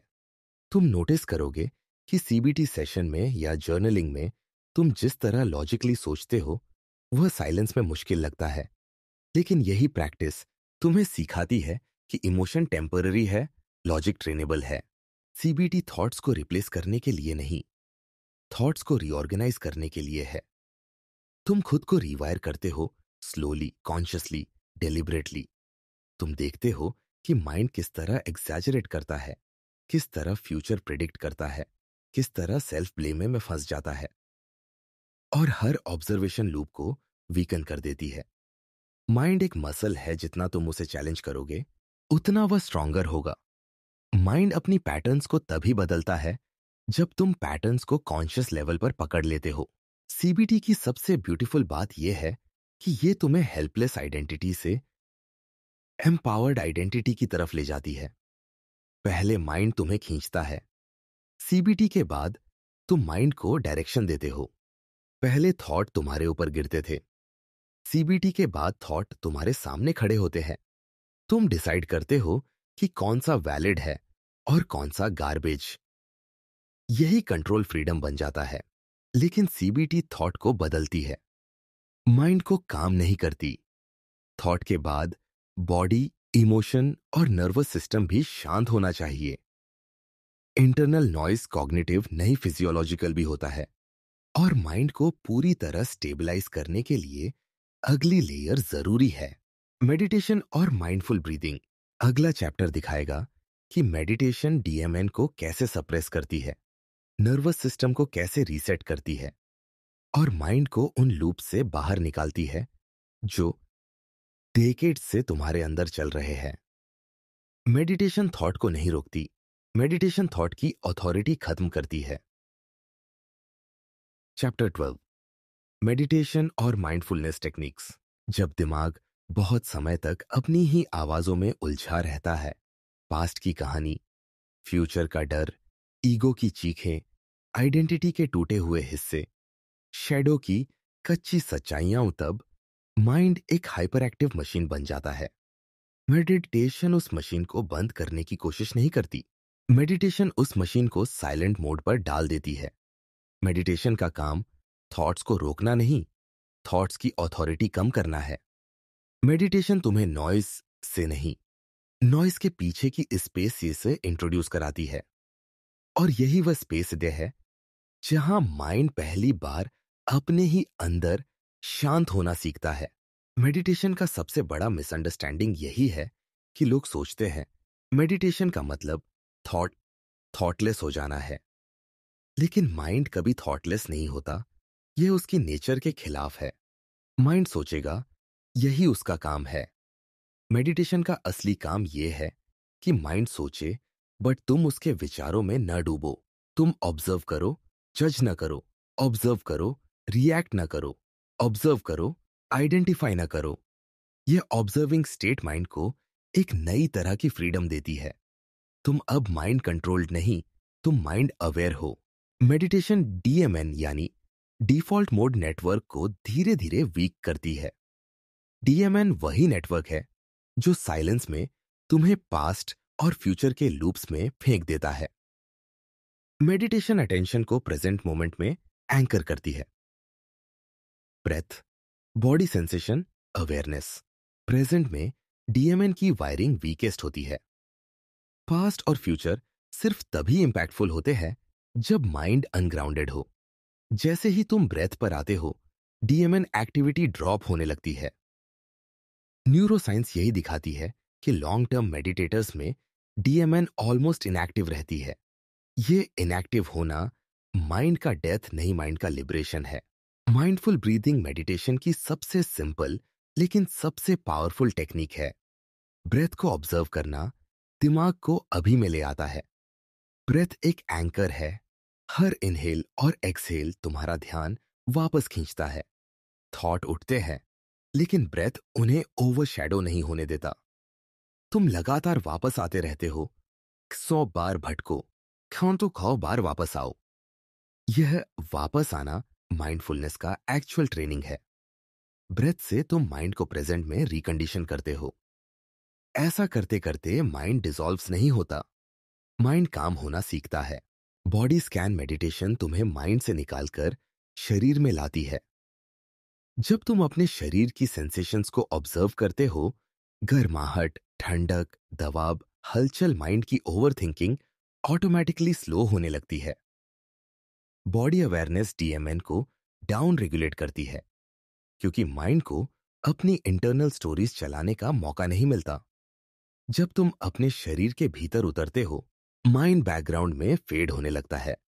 बॉडी स्कैन मेडिटेशन तुम्हें ग्राउंडेड बनाती है, जैसे तुम किसी फास्ट मूविंग ट्रेन से उतरकर जमीन पर खड़े हो गए हो।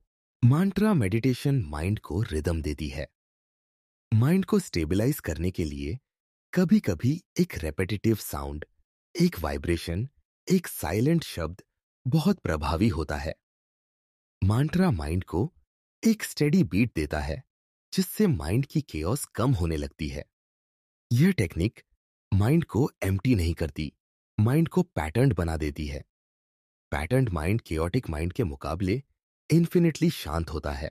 विपसना मेडिटेशन सबसे रॉ और सबसे ट्रांसफॉर्मेटिव टेक्निक है। विपसना तुम्हें थॉट के नीचे की रियलिटी दिखाती है। इस टेक्निक में तुम हर सेंसेशन को ऑब्जर्व करते हो, प्लेजेंट, अनप्लेजेंट, न्यूट्रल, लेकिन रिएक्ट नहीं करते।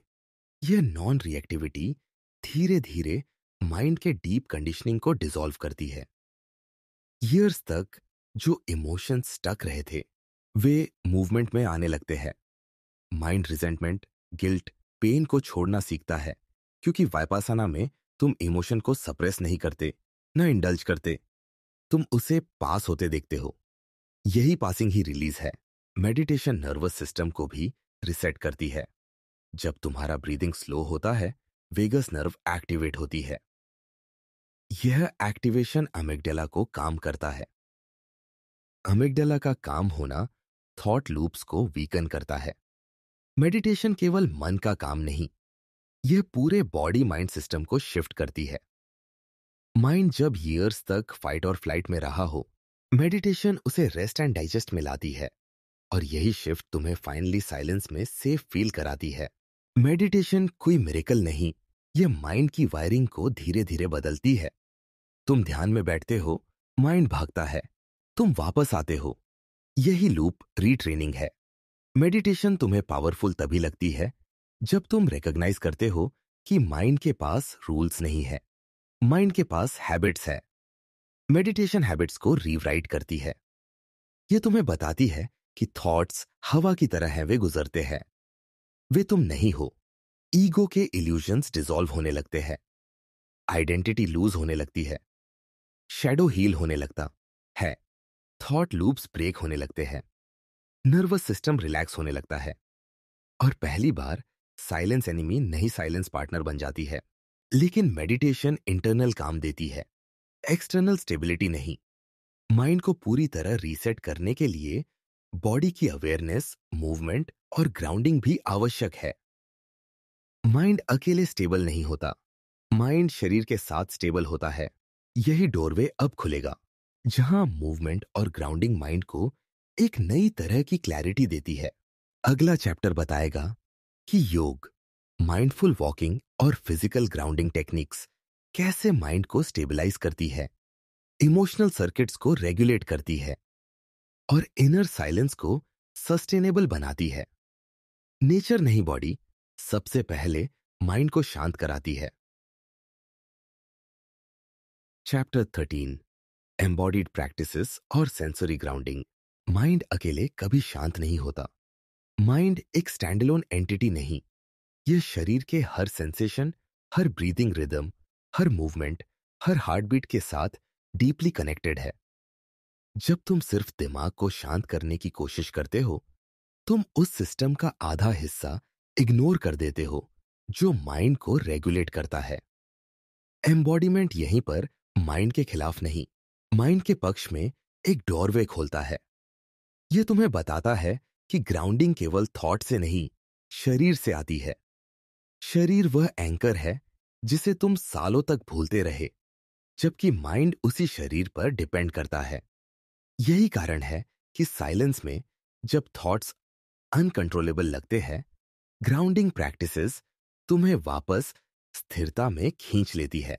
योगा को अधिकतर लोग फिजिकल स्ट्रेचिंग समझ लेते हैं, लेकिन इसका असली काम नर्वस सिस्टम को रिवायर करना है।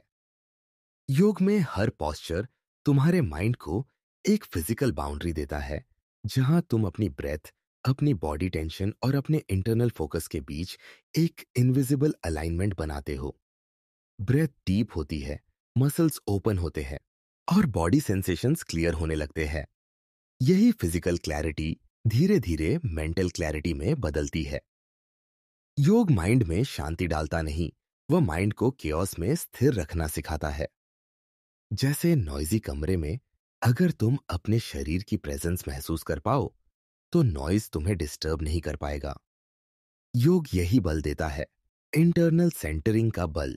माइंडफुल वॉकिंग ग्राउंडिंग का सबसे अंडर एस्टिमेटेड टूल है। जब तुम कदम रखकर चलते हो, हील का जमीन से लगना, वेट का शिफ्ट होना, स्ट्राइड का रिदम, ये सब माइंड को वर्तमान में खींचते हैं। वॉकिंग तुम्हें टाइम ट्रैवल करने नहीं देती, पास्ट मेमोरी चलेगी नहीं, फ्यूचर इमेजिनेशन सस्टेन नहीं होगा, क्योंकि बॉडी सेंसरी इनपुट लगातार माइंड को अब में पुल करता रहता है। माइंडफुल वॉकिंग तुम्हें दिखाती है कि स्टेबलाइजिंग मूवमेंट क्योटिक थॉट से ज्यादा पावरफुल होता है। चलना एस्केप नहीं, रिटर्निंग है। Returning to body, returning to presence. Proprioception grounding का साइलेंट हीरो है। यह वह सेंस है जो तुम्हें बताता है कि तुम्हारा शरीर स्पेस में कहां है। जब माइंड स्कैटर्ड होता है, प्रोप्रियोसेप्शन माइंड को वापस फिजिकल डायमेंशन में लाता है। तुम नोटिस करते हो कि तुम्हारे पैरों का प्रेशर कैसा है, कंधे टेंस है या रिलैक्स्ड, हाथ भारी है या हल्के। यह फिजिकल नोटिसिंग माइंड को सिग्नल्स देता है कि मैं यहां हूं, मैं प्रेजेंट हूं, मैं ग्राउंडेड हूं। माइंड जल्द ही उन स्टोरीज को ड्रॉप करना शुरू कर देता है जो उसे थ्रेट से भर देती है। फिजिकल अवेयरनेस माइंड के भ्रमों को काट देती है। एक्सरसाइज साइंटिफिक पर्सपेक्टिव से प्रीफ्रंटल कॉर्टेक्स को एक्टिवेट करती है और अमिग्डाला की हाइपर एक्टिविटी को रिड्यूस करती है। जब शरीर मूव करता है, नर्वस सिस्टम फाइट और फ्लाइट से निकलकर एक रेगुलेटेड स्टेट में शिफ्ट होता है। यही रीजन है कि इंटेंस थिंकिंग या एंजाइटी के दौरान एक सिंपल वॉक, लाइट स्ट्रेचिंग या few minutes of movement mind को स्टेबलाइज कर देती है। मूवमेंट सिर्फ टेंशन रिलीज नहीं करती, मूवमेंट ट्रैप्ड एनर्जी को बाहर निकालती है। इमोशंस एनर्जी पैटर्न्स हैं, और अगर शरीर स्टिफ है, इमोशंस स्टक हो जाते हैं। मूवमेंट स्टक इमोशंस को फ्लो में बदल देती है। सेरिबेलम, जो बैलेंस और कोऑर्डिनेशन कंट्रोल करता है, माइंड बॉडी इंटीग्रेशन का बड़ा हिस्सा है। यह दिमाग के एग्जीक्यूटिव फंक्शंस को सपोर्ट करता है। Attention control, focus shifting, emotional regulation, grounding, balancing postures और स्लो मूवमेंट सेरेबेलम की फाहालियत बढ़ाते हैं, जिससे माइंड नेचुरली काम होने लगता है। माइंड काम इसलिए नहीं होता कि थॉट्स रुक जाते हैं। माइंड काम इसलिए होता है क्योंकि नर्वस सिस्टम स्टेबलाइज हो जाता है। स्टेबिलिटी थॉट्स के आने जाने से नई बॉडी की प्रेजेंस से मिलती है। एम्बॉडीड प्रैक्टिसेस का सबसे डीप इफेक्ट यह है कि वे तुम्हें तुम्हारे भीतर से डिस्कनेक्ट नहीं रिकनेक्ट करते हैं। एक समय आता है जहां तुम महसूस करते हो कि माइंड का शोर तुम्हारा एनिमी नहीं, माइंड सिर्फ ओवरलोडेड है। बॉडी ग्राउंडिंग ओवरलोड को रिलीज करती है।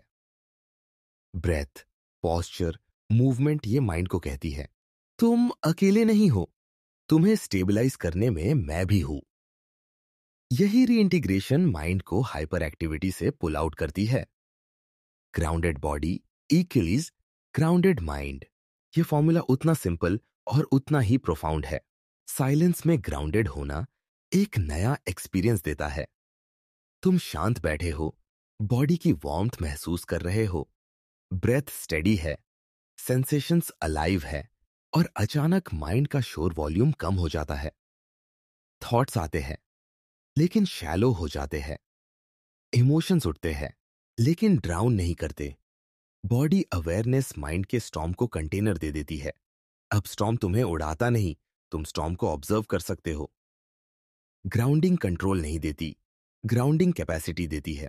अब माइंड और बॉडी स्टेबलाइज हो चुके हैं, लेकिन एनवायरनमेंट अभी भी माइंड पर एक पावरफुल इंपैक्ट डालती है।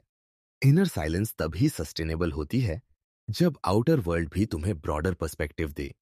नेचर यही देती है, एक ऐसा पर्सपेक्टिव जो माइंड की छोटी सी दुनिया को डिसॉल्व कर देता है।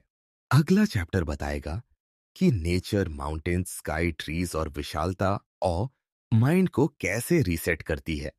क्यों नेचुरल एनवायरनमेंट्स रिपेटिटिव थॉट्स को खत्म नहीं डिसॉल्व कर देती है, और कैसे विशालता के सामने माइंड फाइनली ब्रीथ करना सीखता है। चैप्टर 14, नेचर और ऑ एक्सपीरियंसेस। जब माइंड के भीतर बहुत ज्यादा आवाजें भर जाती है, थॉट्स की, रिग्रेट की, फियर की, ईगो की, तो माइंड एक छोटा सा कमरा बन जाता है। उस कमरे में तुम और तुम्हारे थॉट्स ही रह जाते हो। पर्सपेक्टिव नैरो हो जाता है। छोटी सी चीज भी बड़ी लगने लगती है, और बड़ी चीजें लाइफ एंडिंग। इसी कारण माइंड को कभी कभी किसी विशाल चीज की जरूरत पड़ती है। कुछ इतना बड़ा, इतना वाइड, इतना टाइमलेस कि माइंड की छोटी दुनिया उसके सामने तुच्छ लगे। यही काम नेचर करती है। नेचर तुम्हारे माइंड को साइलेंस नहीं देती, नेचर तुम्हारे माइंड की सीमाओं को डिसॉल्व कर देती है। कभी तुमने नोटिस किया है कि पहाड़ों को देखकर अचानक एंजाइटी हल्की हो जाती है? समुद्र को देखते ही इंटरनल प्रेशर थोड़ा कम महसूस होता है। रात के आसमान को देखते देखते कभी माइंड ब्लैंक हो गया हो?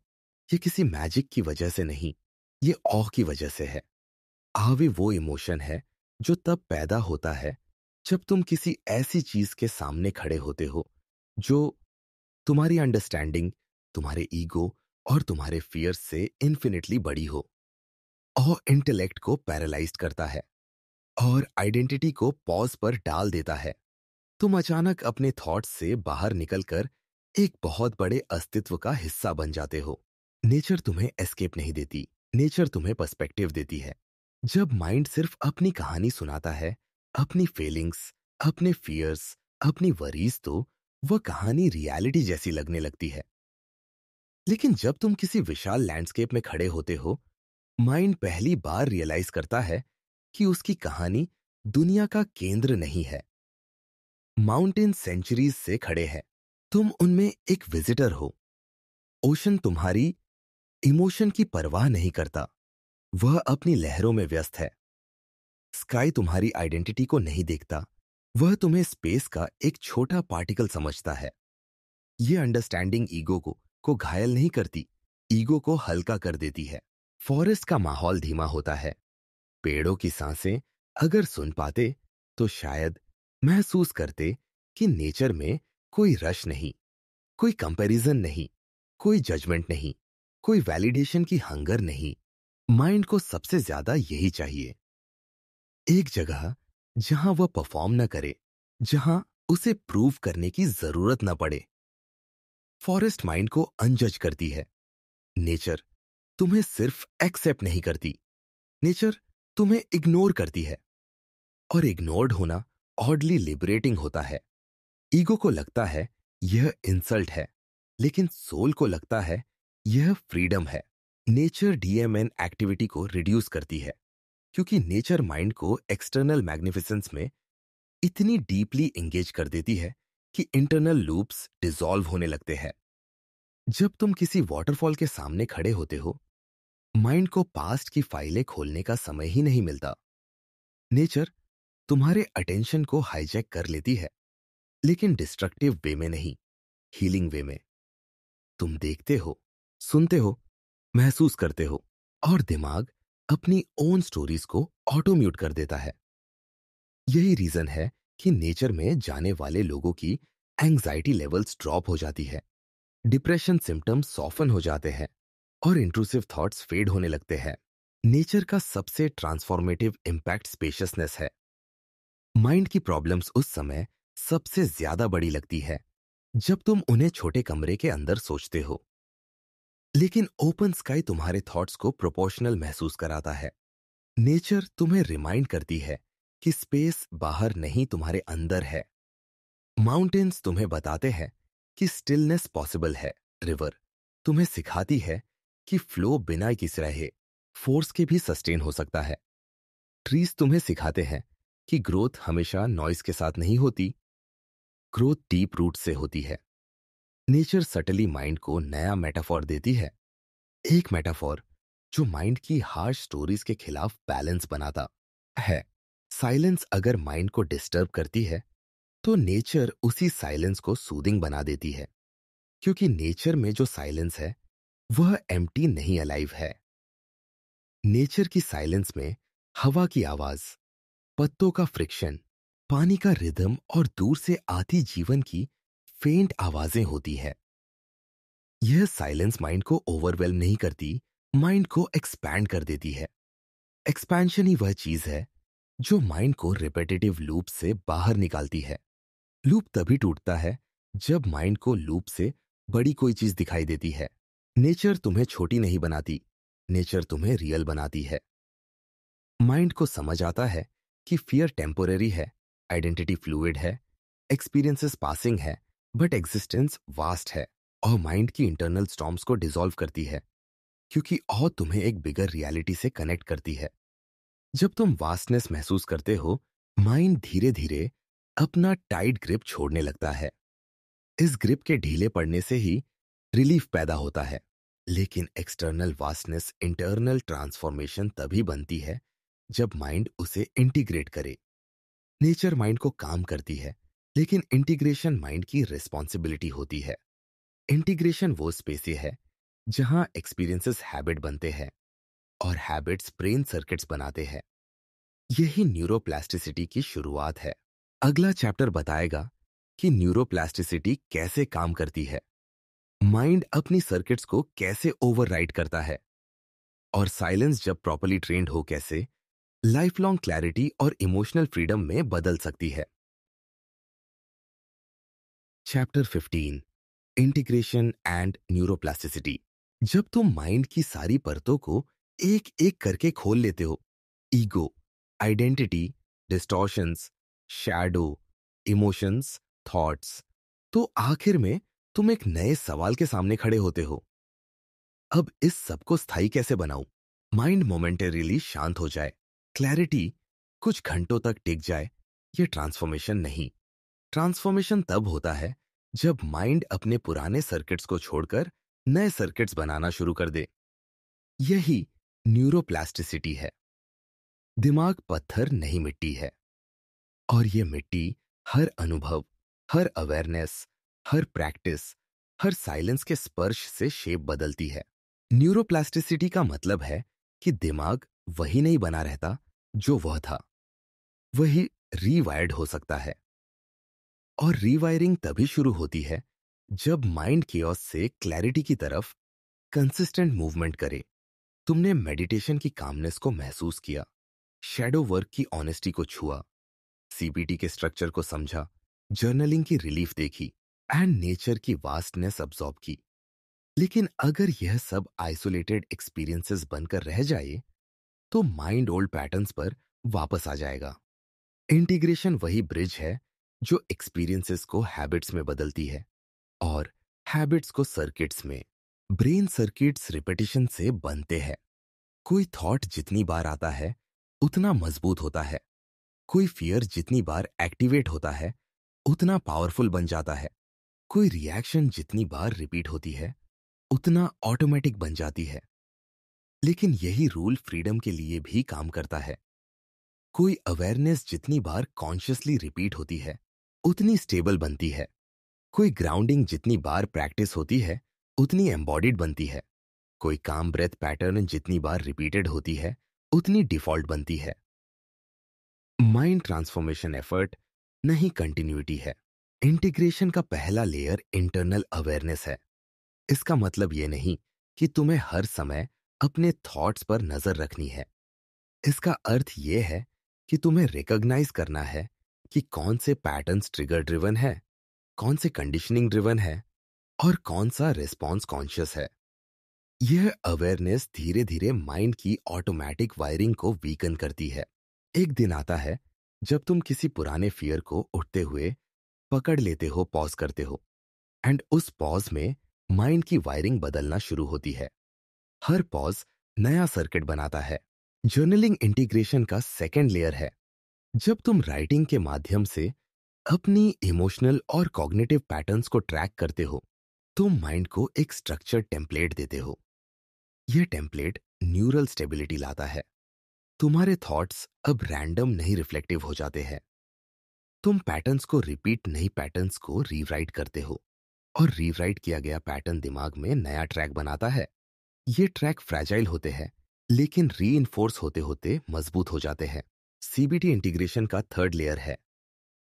थॉट रिकॉर्ड सिर्फ सेशन नहीं, रिवायरिंग का टूल है।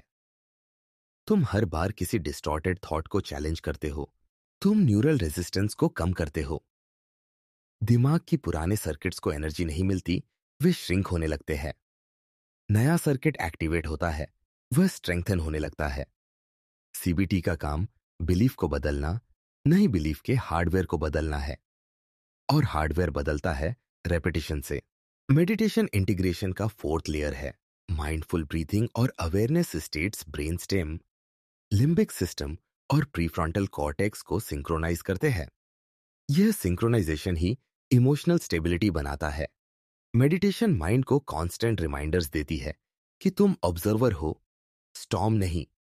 जितनी बार तुम्हारा माइंड ब्रेथ पर लौटता है उतनी बार डीएमएन वीक होती है, और जब डीएमएन वीक होती है, इंट्रूसिव थॉट्स अपनी शक्ति खो देते हैं। मूवमेंट इंटीग्रेशन का फिफ्थ लेयर बनता है।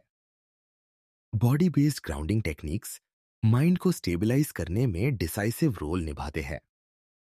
माइंड और बॉडी की रिदम्स जब अलाइन होती हैं, breathing smooth, posture open, steps steady, emotional regulation effortless हो जाती है। मूवमेंट माइंड को सिग्नल देता है कि डेंजर नहीं है। यह सिग्नल अमिगडाला को काम करता है। काम अमिगडाला रिपीटेटिव लूप को सस्टेन नहीं कर पाती। इसी कामनेस में नए न्यूरल पाथवेज को बिल्ड होने का मौका मिलता है। नेचर इंटीग्रेशन का सिक्स्थ लेयर है पर्सपेक्टिव। आवे एक्सपीरियंस माइंड को बार बार रिमाइंड करता है कि उसके फियर्स एब्सोल्यूट ट्रूथ नहीं, लिमिटेड स्टोरीज है। नेचर का वास्टनेस ईगो के इल्यूजन्स को डिसॉल्व करता है। जितनी बार तुम यूजलेस डिटेल्स से ऊपर उठकर ब्रॉड पिक्चर देखते हो, माइंड उतना प्लास्टिक बनता है, रिजिड नहीं। प्लास्टिक माइंड अडेप्टेबल होता है। अडेप्टेबल माइंड सफरिंग की जड़ें कमजोर करता है। इन सब के ऊपर बैठता है इंटीग्रेशन का अंतिम लेयर, कॉन्शियस लिविंग। इसका मतलब है माइंड को इंटेंशनली सिंपल रखना, बॉडी को इंटेंशनली ग्राउंडेड रखना और इमोशंस को इंटेंशनली एक्सप्रेस्ड रखना। कॉन्शियस लिविंग का उद्देश्य माइंड को कंट्रोल करना, नहीं माइंड को सपोर्ट करना है। साइलेंस। अब एनिमी नहीं, साइलेंस एक स्पेस बन जाती है जहां तुम खुद को रियल कर पाते हो।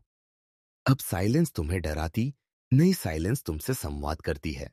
और जब यह सब एक साथ काम करने लगता है, awareness, journaling, CBT, meditation, grounding, nature mind अपने पुराने सर्किट्स को छोड़कर नए सर्किट्स बनाना शुरू कर देता है। यह शिफ्ट सडन नहीं, सटल होता है। तुम एक दिन नोटिस करते हो कि कोई बात जो पहले तुम्हें घंटों डिस्टर्ब करती थी, अब कुछ ही मिनटों में डिसॉल्व हो गई है। तुम देखते हो कि इंट्रूसिव थॉट्स आते तो हैं, बट तुम्हें पकड़ नहीं पाते। माइंड रेस्टलेस तो होता है, बट तुम्हें रूल नहीं करता। यही न्यूरोप्लास्टिसिटी है, रीवायर्ड सेल्फ। तुम नए बनते नहीं हो, तुम असली बनते हो। इंटीग्रेशन इस जर्नी का अंत नहीं, इंटीग्रेशन इस जर्नी की शुरुआत है। माइंड को अब साइलेंस में डर नहीं लगता, क्योंकि माइंड अब साइलेंस में गिरता नहीं, साइलेंस में टिकता है।